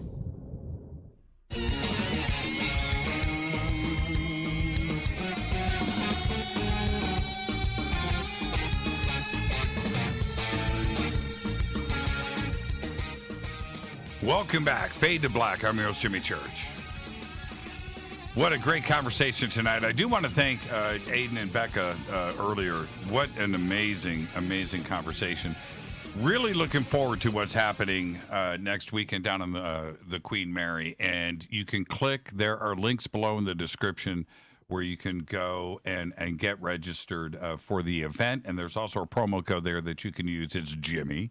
And you'll get an additional discount because you guys are Fadernauts. So go and get registered. And Susan, not only are you going to be there, but you're an investigator, and you've spent a lot of time doing this. I've watched so much. I've binged way too many paranormal shows, and I envision. Help me understand how this is going to go down, because you're part of Dark Zone, and. Right. So with the production, is there a camera that is going to be following me through that that everybody can participate in? Am I going to be holding my own camera? How is that going to go down? What can people expect? Well, we do have, so the way I understand it, so it could always change because, as you know, live events, you plan accordingly, but then you end up having to shift gears because when you're going live, you can't wait much. But from what I understand, so this is how it's going to be. We have the entire ship to ourselves, and then we have within the most haunted rooms, which is B340, the pool room, engine room, Queen's Salon, children's playroom, and the Churchill Suite. We're going to have these ISO cams, and it's going to be set up in a multi-view that every person watching can interact with. It's a completely interactive event. So when our investigators come on, we're going to have them, go through the most haunted parts in the ship, which will be covered by our stationary ISO cams. But we will also, I believe, have a camera operator following us around to get close-ups. As far as gear, you're more than welcome to bring all of your own gear. But we do have other guests that are bringing, specific gear, like Tony Rathman, who is a friend of mine, is bringing some of his custom gear. And I know that members from APRA are bringing never before used on camera, or it's going to be introduced as a photon camera. And I don't even know how these devices work, but as an investigator, you are constantly learning new technology in the field, and you'll get the opportunity to use this technology as well. And we'll teach, our viewers about the technology. And of course, it's an integral part to have our viewers there because they'll be able to access all of the camera feeds 24/7 throughout the 4-day event. And a lot of times I found that when we would be out of a room, things would start happening in other rooms that don't have investigators in. And I think that's what makes it really helpful to have all these people watch the live feeds. And the idea is to, we'll probably be escorted by either Becca or Aiden into one of these locations, and they'll be there during an investigation in one of these rooms, or maybe several of these rooms. But I'm excited because I've never been on a ship this massive, especially one that's been completely abandoned since March. So I think there's a lot of energy that hasn't been tampered with over the last couple of months. I think it's going to make for a very, active environment. Do you carry stuff with you for protection? Crystals or? I do. Like what? What do you do? I have a favorite chunky piece of black tourmaline I carry with me, and it depends on what I'm doing. For instance, if I'm going into a location I'm not very familiar with and it usually has traumatic energies, like for instance, the Lizzie Borden house that had, negative energy attachments to it, lots of trauma and murder. I brought my black tourmaline with me. It's supposed to mute negative energies and protect your aura field. And I keep it close to my heart chakra because I find that as an empathic person, that my heart and crown chakras are the ones that get mostly tampered with on investigations. But there are also times that I really want to connect with spirits, and therefore I'll carry amplifying crystals with me, such as, amethyst, labradorite, smoky quartz, and things like that. Even rainbow quartz are really great for establishing communication. Sometimes I do a mix of the two, where I would bring, my smoky quartz or a rainbow quartz with my black tourmaline. And that way it will help me, establish communication with energies, kind of be more of a beacon, but at the same time, my black tourmaline will keep the negative energies at bay from, connecting with my energetic field. And then after every investigation, I have a post ritual that I do. It's more like a spa ritual, but I soak in salts afterwards to cleanse myself of any attachments that have come home with me. That's a good idea. That's a good idea. Yeah. What about your mindset? How do you approach that? Important. Yes. It's so important to have the proper mindset on an investigation, because that would dictate the type of interactions you'll get with energies. Because energy is fluid, it can be influenced by your own energy. So a lot of the times when you see investigators going in and getting attacked, scratched, threatening remarks, a lot of the time it's the energy that the person brings to the location. So if you have, anxiety, depression, if you suffer from mental illness, if you are suffering from addiction or substance abuse, you're going to have more of a negative aspect haunt that occurs around you at locations. So I think it's very important for you to go into a location with, a clear energetic field. So I think it's very important that you, like I said, you leave your emotional baggage at the door. And come in with a clear mind. Yeah, exactly. And it's like this for me.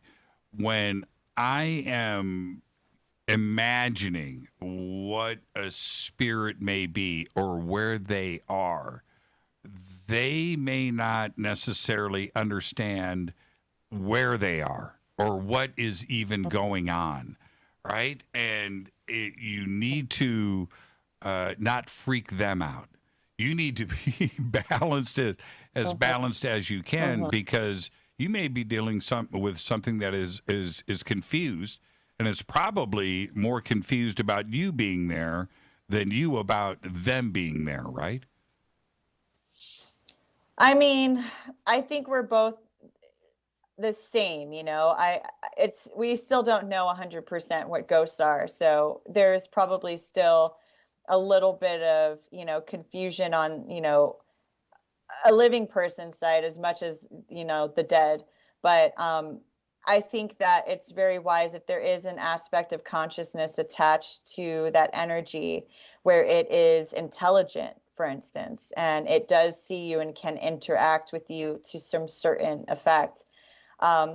If you're going in with these crazy bright lights on your camera, like IR illumination, you're coming in with all these gadgets, they don't know what those things are. They don't know if that's a weapon. At that point, you're looking like an alien astronaut in another planet, like how can you tell that you're safe in that environment? Not to mention a lot of the types of equipment that people use. And I see a lot of investigators going out there with like super loaded cameras with like freaking floodlights on their cameras and all these battery packs and all this gear turned on. That all has an energetic output that could be incredibly harsh to the energetic environment. And part of that environment are the spirits you're trying to connect to. So when you bring all of that type of stuff into the atmosphere, you could be potentially pushing away the energies you're trying to connect with just by having all that gear there. I also believe, thoughts are, powerful and intention manifests. And so if a person goes into a location already thinking antagonistic thoughts about an energy, maybe the spirit of some, famed or infamous serial killer is in the location. If you go in there antagonizing this energy, already having these, negative thoughts about them, they might not want to connect with you at all because you're already coming in as an enemy, as an interrogator. So you're not the most approachable energy in that room. So I always try to come in to an investigation as a counselor, as a friend, as someone that's there in the present. I never try to bring up, the memories of their death. I always try to bring up, happy memories and things like that. I like to play, music from the era. And one of the cool things I want to point out about the event that we're doing is that we're going to be doing some forms of experiment, especially in the Queen's Salon, where we're going to have, people dressed in period costume dancing to period music to see if we can get any stimulation within that environment. So I'm very excited about that, experiment, because that's the type of stuff I like to do as an investigator. And I never get to do this, on the scale that we're doing it this Halloween. To actually have a group of ballroom dancers come in dressed to the nines in, period specific wear, listening to period specific music. And, we're trying to resurrect the happy pulse of that ship to see, if you catch more flies with honey than you do with vinegar at the end of the day. And I think that if you start to stimulate a positive interaction, you'll get more energetic input from the other side. With when it comes to the paranormal television shows that are out there, as opposed to what is happening with the Queen Mary. The Queen Mary is live, it's interactive, you can click on cameras. And you are part of this investigation for 4 days, right? And you are in control. But with paranormal programming, that is taped and edited, and there are enough skeptics out there that are going to step back and go, oh, come on, this is just entertainment. This is just for TV. This stuff can't be real. How do you overcome as an investigator, that type of skepticism when enough of the fodder is out there for people to call BS? Well, at the end of the day, I'm very lucky that my endeavors get televised, but I'm not here to prove anything to anyone. I happily encourage you to think individually. If that makes you a skeptic, so be it. If you're a believer, that's awesome. But this is my spiritual path, and I'm not trying to prove anything to anybody else but myself. I'm trying to understand the energies that I come into contact with. I'm trying to understand, what I need to do to transcend. I have my own personal beliefs, and I believe that investigating the paranormal will lead me to a higher path. And as long as I continue on that higher path and it's, spiritually fulfilling to me, I could care less whether people believe me or not. Straight up, that's my answer. But at the end of the day, I do like to share my experiences with people, and that's why I investigate. I investigate so that way if I capture an EVP or, an apparition or light anomaly, I like to share that with people because I know I'm not alone in my experiences. I know there's other people out there that have experienced things just like I have, people that, maybe have certain abilities, or people that have had loved ones come and visit them, or people that have had spiritual awakenings. And those are the people I speak to. Those are the people that I care to have conversations with. And, I like to listen to a skeptic too. I like to keep the field even, and at the end of the day, it also kind of keeps me even too. When I listen to skeptics and what they're skeptical about, that, encourages me to, find more, tactics and authentic ways to speak to those people. And the good thing about, the Queen Mary having all these ISO cams that people could see 24/7 is you can tell we're not pulling strings and doing smoke and mirrors. The Dark Zone was founded as a genuine investigative team. All of the members that represent the Dark Zone are genuine investigators that do this for spiritual enlightenment and their own paths. And we cherry picked these people. I mean, not we, I was amongst the cherry that was picked, but Jay Blumke, who is kind of, the founding father of the Dark Zone, he has worked with all of us. He's a producer that's worked on Ghost Mine, Ghost Hunters, Monsters Among Us, I believe, and some other, paranormal content.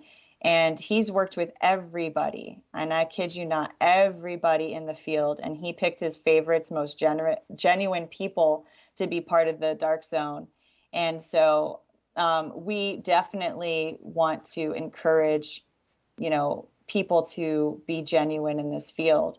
And it's hard now with the climate that we see on, television these days, that paranormal content on television is more for entertainment and less for spiritual value. But the Dark Zone keeps true to the spiritual value and also is aware that it could be fun and entertaining. And that's what we're doing Halloween events like this. That's why we're bringing bands on boards and celebrities and historians and all the investigators, and love, is because we do enjoy what we do and we want to treat our viewers to a hell of a good time, especially on Halloween. And we wanted to blow every other thing to do on Halloween out of the water. This is going to be the biggest Halloween event that you can interact with, from the safety of your own home. I mean, these are strange times, kids are, discouraged now from going out on Halloween, no trick-or-treating, no large gatherings, no parties. But, we're gonna throw a party for you, and it's gonna be at your house, and we're gonna have live investigations. And I guarantee something strange is going to happen on board the Queen Mary. I personally feel like strange things follow me around specifically, but every other event we've ever done, and we've never had to stretch anything out of proportion to make viewers interested in what we do, because the viewers is what makes this interesting, because it's a completely interactive event. They're the ones that find the evidence and bring it to us at the end of the day. Everything that we ever caught at the Conjuring House and at the Lizzie Borden house came from the viewers who were watching our ISO cams. Everything was captured on our, DVR feeds. And we've updated the way we handle the DVR feed this round, that you can watch the multi-view, you can click on cameras.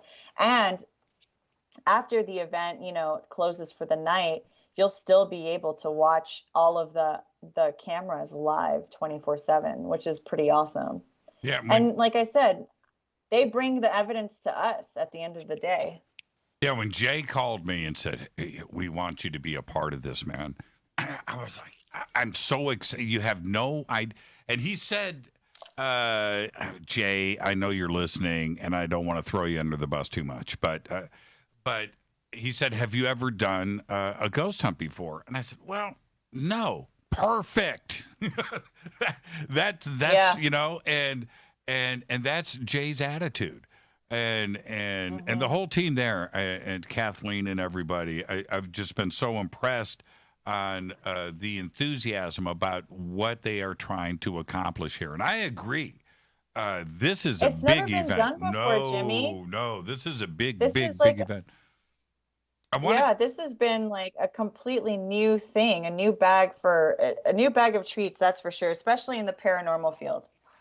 Now, I wanted to ask you before we head to the break. Oh, also, I'm going to let everybody know Susan's going to stay with us, and we're going to take phone calls after the break. So get ready for that. I'll open up the phone lines now, and you can start calling in 747-228-2051. What if you were talking about technology earlier, and too much technology? I'm picturing Ghostbusters, right? Too much technology may not be necessarily the way to go. If you could pick just one piece of gear, what would it be? Oh, man. I mean, a DVR system, but that's not really technically one piece of gear, because that's like a monitor, the DVR system, and usually like 8 cameras. Right. But the idea, if you have a DVR system with like 8 cameras, I mean, and you have them rolling the whole time, you just have access, and different focal points throughout a building. But okay, so if I really had to say, my favorite piece of equipment is a full spectrum camera with audio, because it's kind of, an all-inclusive tool. If you could still capture EVPs on a, full spectrum camera if it has audio, and you could see into spectrums of light that the human eye can't convey. So it goes well into like the UV, the ultraviolet spectrum, and even the infrared spectrums. Whereas just regular infrared cameras only can see things night vision into the infrared spectrum. So you're missing out on a lot of potential light anomalies that way. So full spectrum cameras all day with audio. There you go. I'm going to be bringing some night vision goggles and a Tascam. Okay. Yeah, I'm going to bring those. I heard about your night vision goggles. Yes. And I'm impressed. Yes, I'm going to bring I those. felt like I was being specifically targeted by all of your commercials during the break. I was like, coffee, yes. Night vision goggles, yes. Charged crystal skulls, yes. Sign me up. I was like, he obviously knows who his guest is, or I guess his audience. So. Well, and I believe in all of that. And I surround myself with it. So with that, let's take a break, and we'll come back to phone calls. And as we do that, our guest tonight, Susan Slaughter, and the call-in number, of course, is 747-228-2051. And before the break, I want to remind everybody that you are surfing the net. You are on the net right now here with me. What you want to do is what I do. Get Virtual Shield. You need your own VPN. I run 6 computers for the show, all running Virtual Shield. That's what you want to do. You want to browse the internet anonymously and securely.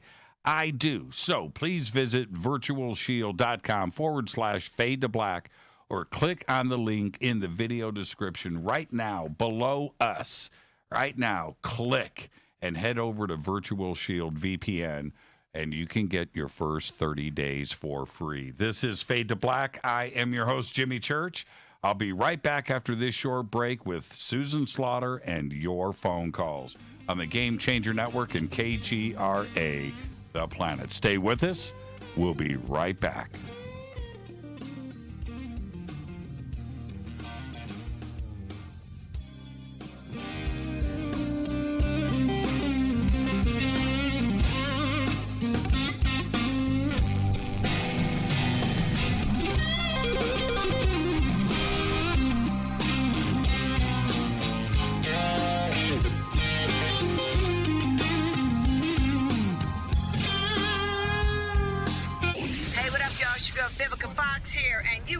To my boy, Jimmy Church, on JimmyChurchRadio.com.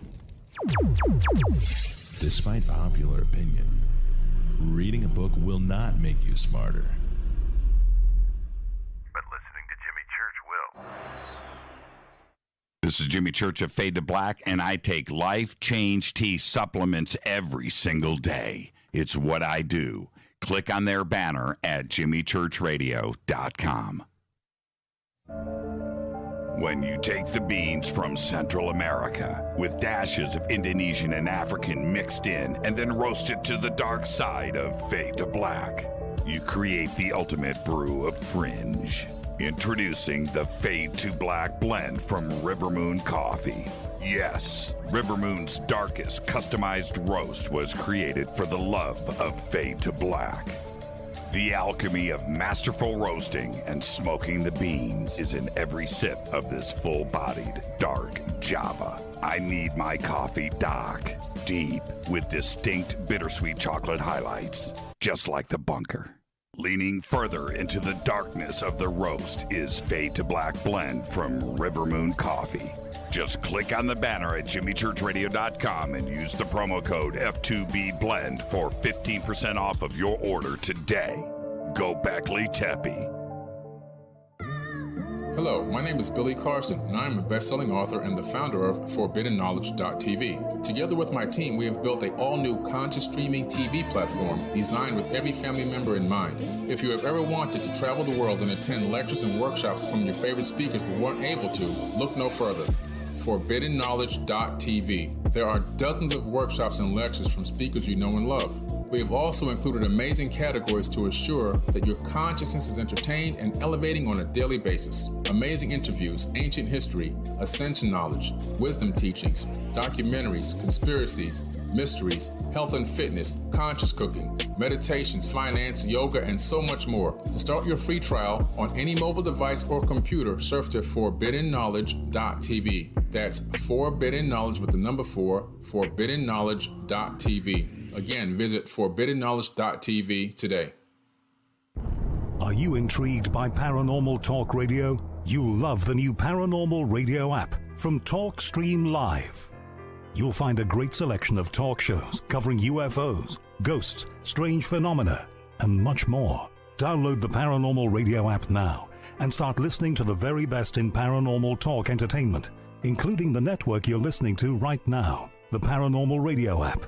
Free in Google Play and the iOS App Store. Erica, Brittany, Gabby, and you're listening to JamieChurchRadio.com. It's not a lifestyle we chose. We were born this way. KGRARadio.com.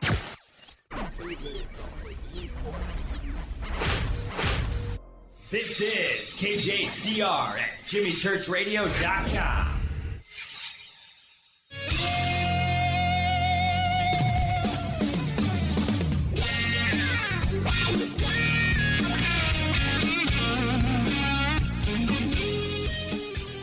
Welcome back. Fade to Black. I am your host, Jimmy Church. What a great show tonight.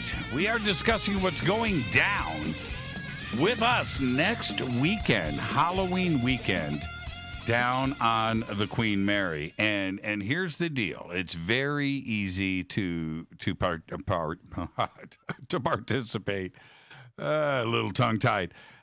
Right now, you've got links right below us. Everything is over at jimmychurchradio.com. We have stuff up in Twitter. Click on those links. Head over to the Dark Zone. Get registered. And when you do, use the promo code Jimmy, and you'll get yourself an extra discount. We have got multiple cameras set up all over the Queen Mary, so that's the cool part. And I am going to be there Friday, October 30th, for my own ghost hunt. And I know all of you have been waiting for this to actually go down.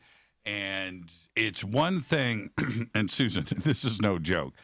It's one thing if I went out on a ghost hunt with the paranormal team over the weekend and I come back and tell everybody about it.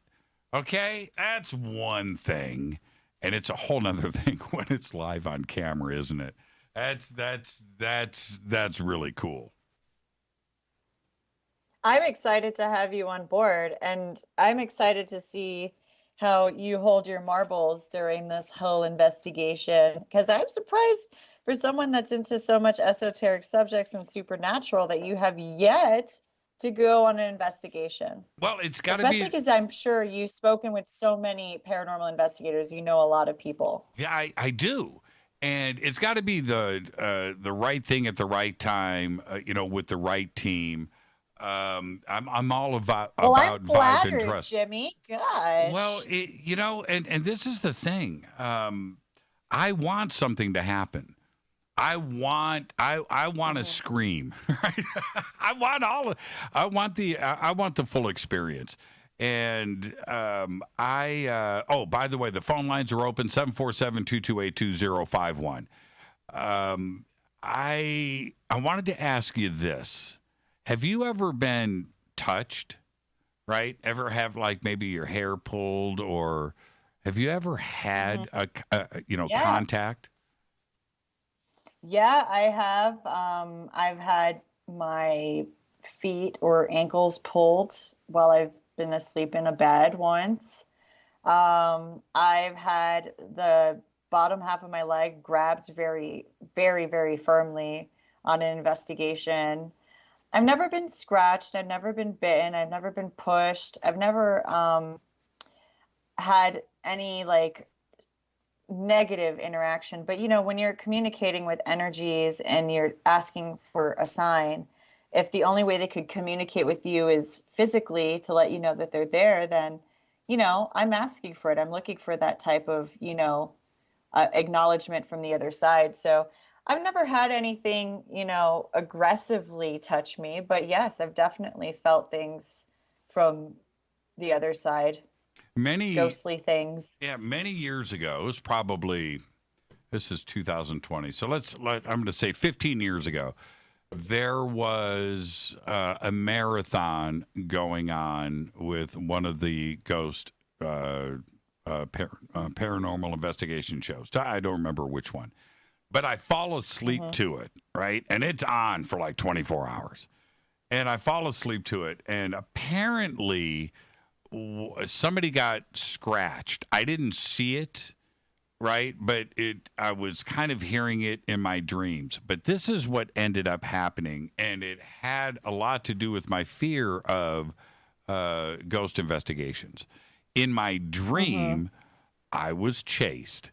And in my dream, I climbed up into a tree to hide from whatever was chasing me. And it was all caused from this paranormal investigation show. And I went through a very bad nightmare type of experience with this. And I remember waking up from that going, you know what? I'm never going to do that. I don't want to get scratched. I don't want to get terrified. I don't want to be scared. And I realized. Yeah, I think that's. Yeah, go ahead. Well, continue. But I have some insight on that. Maybe because whatever you were watching was kind of, portraying paranormal in, a negative way, in like a scary way, and that kind of like scratched at your like psyche and your subconscious. And that's why you had these dreams. But in my experience, and like I said, it all has to do with the type of, energy you bring into a location. I've had encounters that are considered scary, but it's kind of like when you're dealing with a wild animal you're unsure of. The intentions of that animal is not there, so it's there to survive, so a wild animal that you've never come across before. Let's say you go deep diving in the ocean, which is out of your element. So that's, kind of scary to begin with. You're high on your, senses are sharp and everything.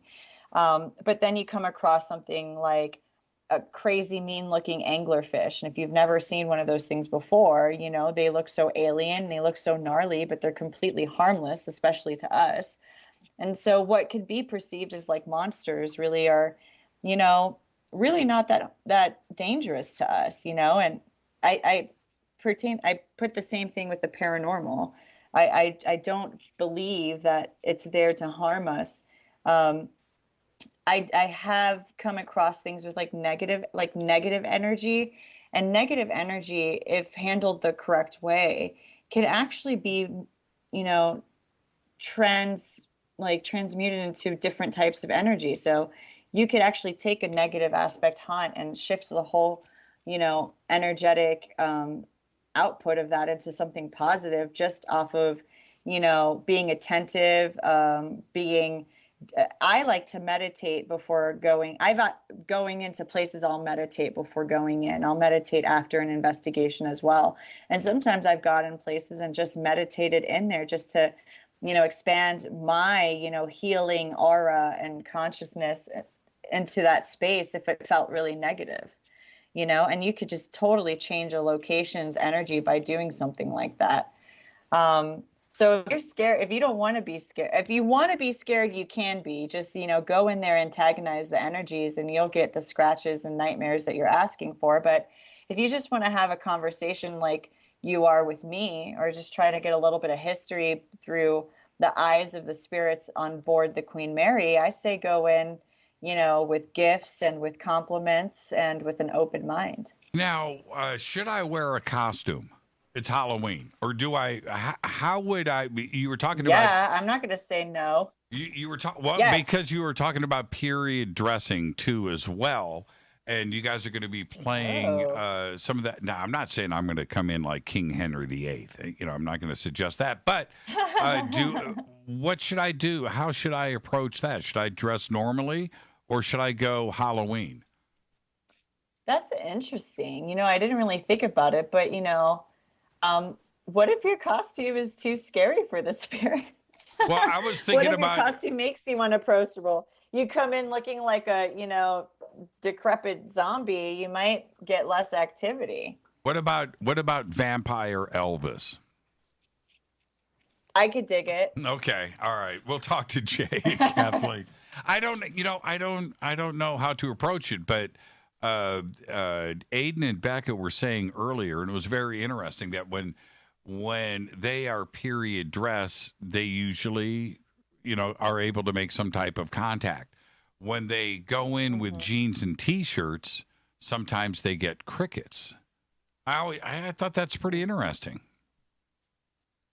Yeah, it shows that there's some sort of intelligence to the haunts there, that they recognize people and they could tell that, they're of the era. So maybe they feel more comfortable like speaking with those individuals. And Aiden and Becca are very convincing when they dress in period wear. They're to the T and very, very dashing and dapper. So I do hope they dress like that the entire event. Now, I wanted to ask you, I'm so glad we're in overtime because I meant to get back to this earlier.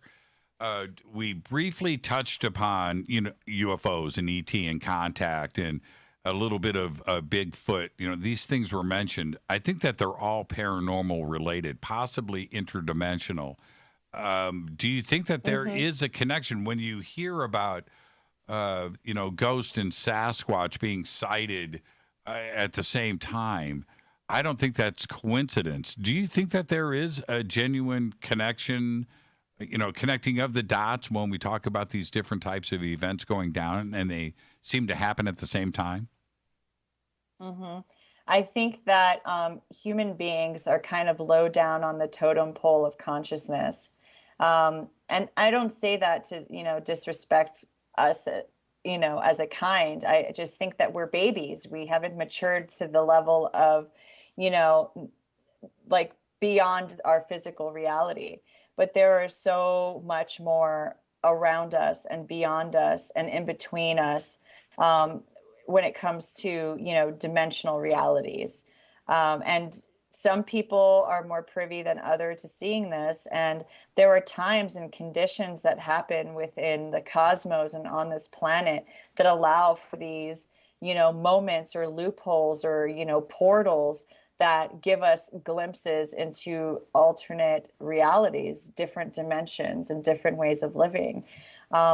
Sometimes, I argue a lot about Bigfoot. Like, what is Bigfoot? Is Bigfoot, is that like a time leap into our past? Because if you look at them, they almost look like Neanderthals or maybe like early humans, or is it a completely different species and a completely different incarnation of, life within an alternate dimension, that we cannot see? I believe that there is the possibility for all of these things, that we all coincide all together all the time. We just don't see each other. And I have no way to explain this. This is purely just, my opinion. But yeah, I do believe that. I have seen a cryptid before, and I have seen UFOs before. And I think the second that you start expanding your mind to wrap around the realities of different dimensions, or just being a deeper thinker, opens and unlocks all of these portals, so to speak. And then you start having more and more encounters. And I think a lot of people, I think there is a huge awakening in the consciousness of people, that I think more and more and more individuals are going to start experiencing more phenomena, more, interactions with extraterrestrials and cryptids and things of that sort. because their brains are expanding and setting out like beacons, or maybe even their energy within themselves. People that, meditate can, eventually meditation could turn into astral projection, and astral projection can turn into time travel. It's just the second that you start to like kind of take those steps into the more, expanding your consciousness, you start kind of, unlocking all these different levels of, awareness, and then you'll start having more and more experiences. You just mentioned two things that I don't want to get away from us. You said that you have seen a cryptid. What did you see? So this was something that I had been very naive about in my past as a paranormal investigator, because it was more of a recent experience. Like maybe probably 6 or 7 years ago, I had went with a group of girls to hike Yosemite, and we hiked to Glacier Point.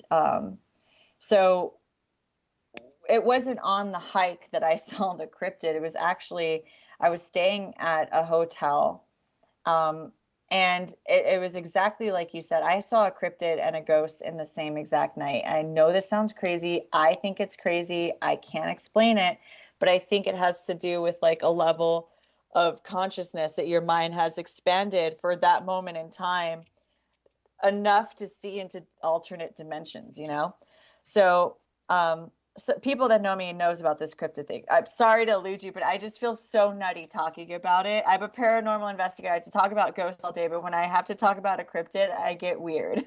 I'm like, oh God, people are gonna think I'm weird. Not around. I thought people not talking around about here. cryptids are weird. You're not weird around here, Okay. Susan. What happened? Full disclosure, I was having a glass of wine on the porch of a hotel that overlooked the Merced River, and it was right on the Merced River, and it was raging that night. It was a full moon, and I remember the full moon being so high that you could actually see everything like pretty clearly. The light illuminated everything around me, and even in the forest and on the river. And there was this giant boulder in the middle of the river that the river wrapped around. And on the boulder, I saw what looked like a man. And I thought, oh, this guy's like fishing in the river. But I'm like, I'm from Florida. I go fishing. I'm like, that guy's dumb. Like fishing in a river that raging, like you're going to get your line caught. Like, what are you doing in the middle of this river? And then I was like, how did he get up on that boulder? Like it's in the middle of a raging river. There's no sides he could climb up on. It's pretty circular and giant. I have no idea. And so I kept observing this guy. And then I realized, okay, this man has no arms. What? And this man's not wearing clothing. And then I realized there's no like hair, there's no body hair. And then when I really get to see it, the higher the moon goes, because I'm staring at this thing for like 20, 30 minutes, drinking my wine. And I noticed that as it got higher in the sky, I noticed that this was kind of a humanoid being that had skin that looked like shark skin, kind of like silvery, kind of reflective, kind of smooth looking, and had no arms and had long legs, almost like a wishbone. And then I didn't know much about this, cryptid creature. And I thought I was tripping. I was like, maybe this bottle of wine's getting to my head. I'm going to call it a night. I go to sleep, and I wake up in the middle of the night to my legs being tugged at. I then look over my shoulder to see that there is a small child in the room staring at me. And when I looked over to my friend's bed and the queen bed next to me, she had the covers over her head. And as soon as I sat up, the kid had dissipated. Like I had already sat up and was still looking at this ghost. By then I had already forgotten about this weird sighting of this thing on the boulder. My friend, she says, Susan, are you awake? Because she hears me rustling about. And I'm like, yeah. And she's like, what are you doing? What are you looking at? And I was like, oh, nothing. Because I'm not trying to be that ghost girl all the time. You know what I mean? I have my experiences. I keep them to myself. But she was like, Susan, I'm going to tell you something, but you were not going to believe me. And this is a girl I didn't really know. She didn't really know much about my paranormal investigative, endeavors. She was a mutual friend. And she's like, Susan, I just saw the ghost of a small child and it was jumping on my bed. And I was like, I'm not kidding. That's exactly why I got up. I just saw a child. So we both go for a walk into the lobby of the hotel because she can't sleep and she needs to shake it off. And we're talking about ghosts now. And we find that the wing that we stayed in had burnt down completely and had a missing child report from there. They never found the child that had apparently went missing after this fire. And there was a whole news article that was framed and everything in the lobby, and that we were staying in the completely refurbished, rebuilt wing that had burnt down. And I'm like, okay, we saw a ghost that, we told the person at the front desk too that we had seen this ghost, and she was like, oh yeah, people tell us that all the time. It's pretty nutty. We just opened it up, so maybe there's some activity there.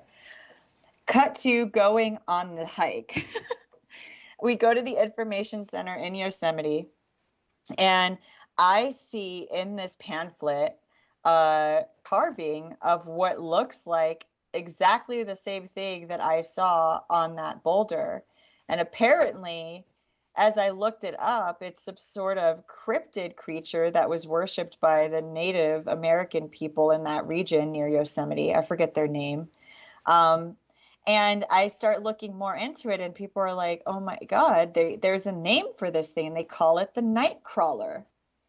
And I could not believe that I had just seen this night crawler. It looked just like the sculpture that was pictured in the pamphlet about the indigenous people, that it was a protective spirit guide type deal that protects the forests.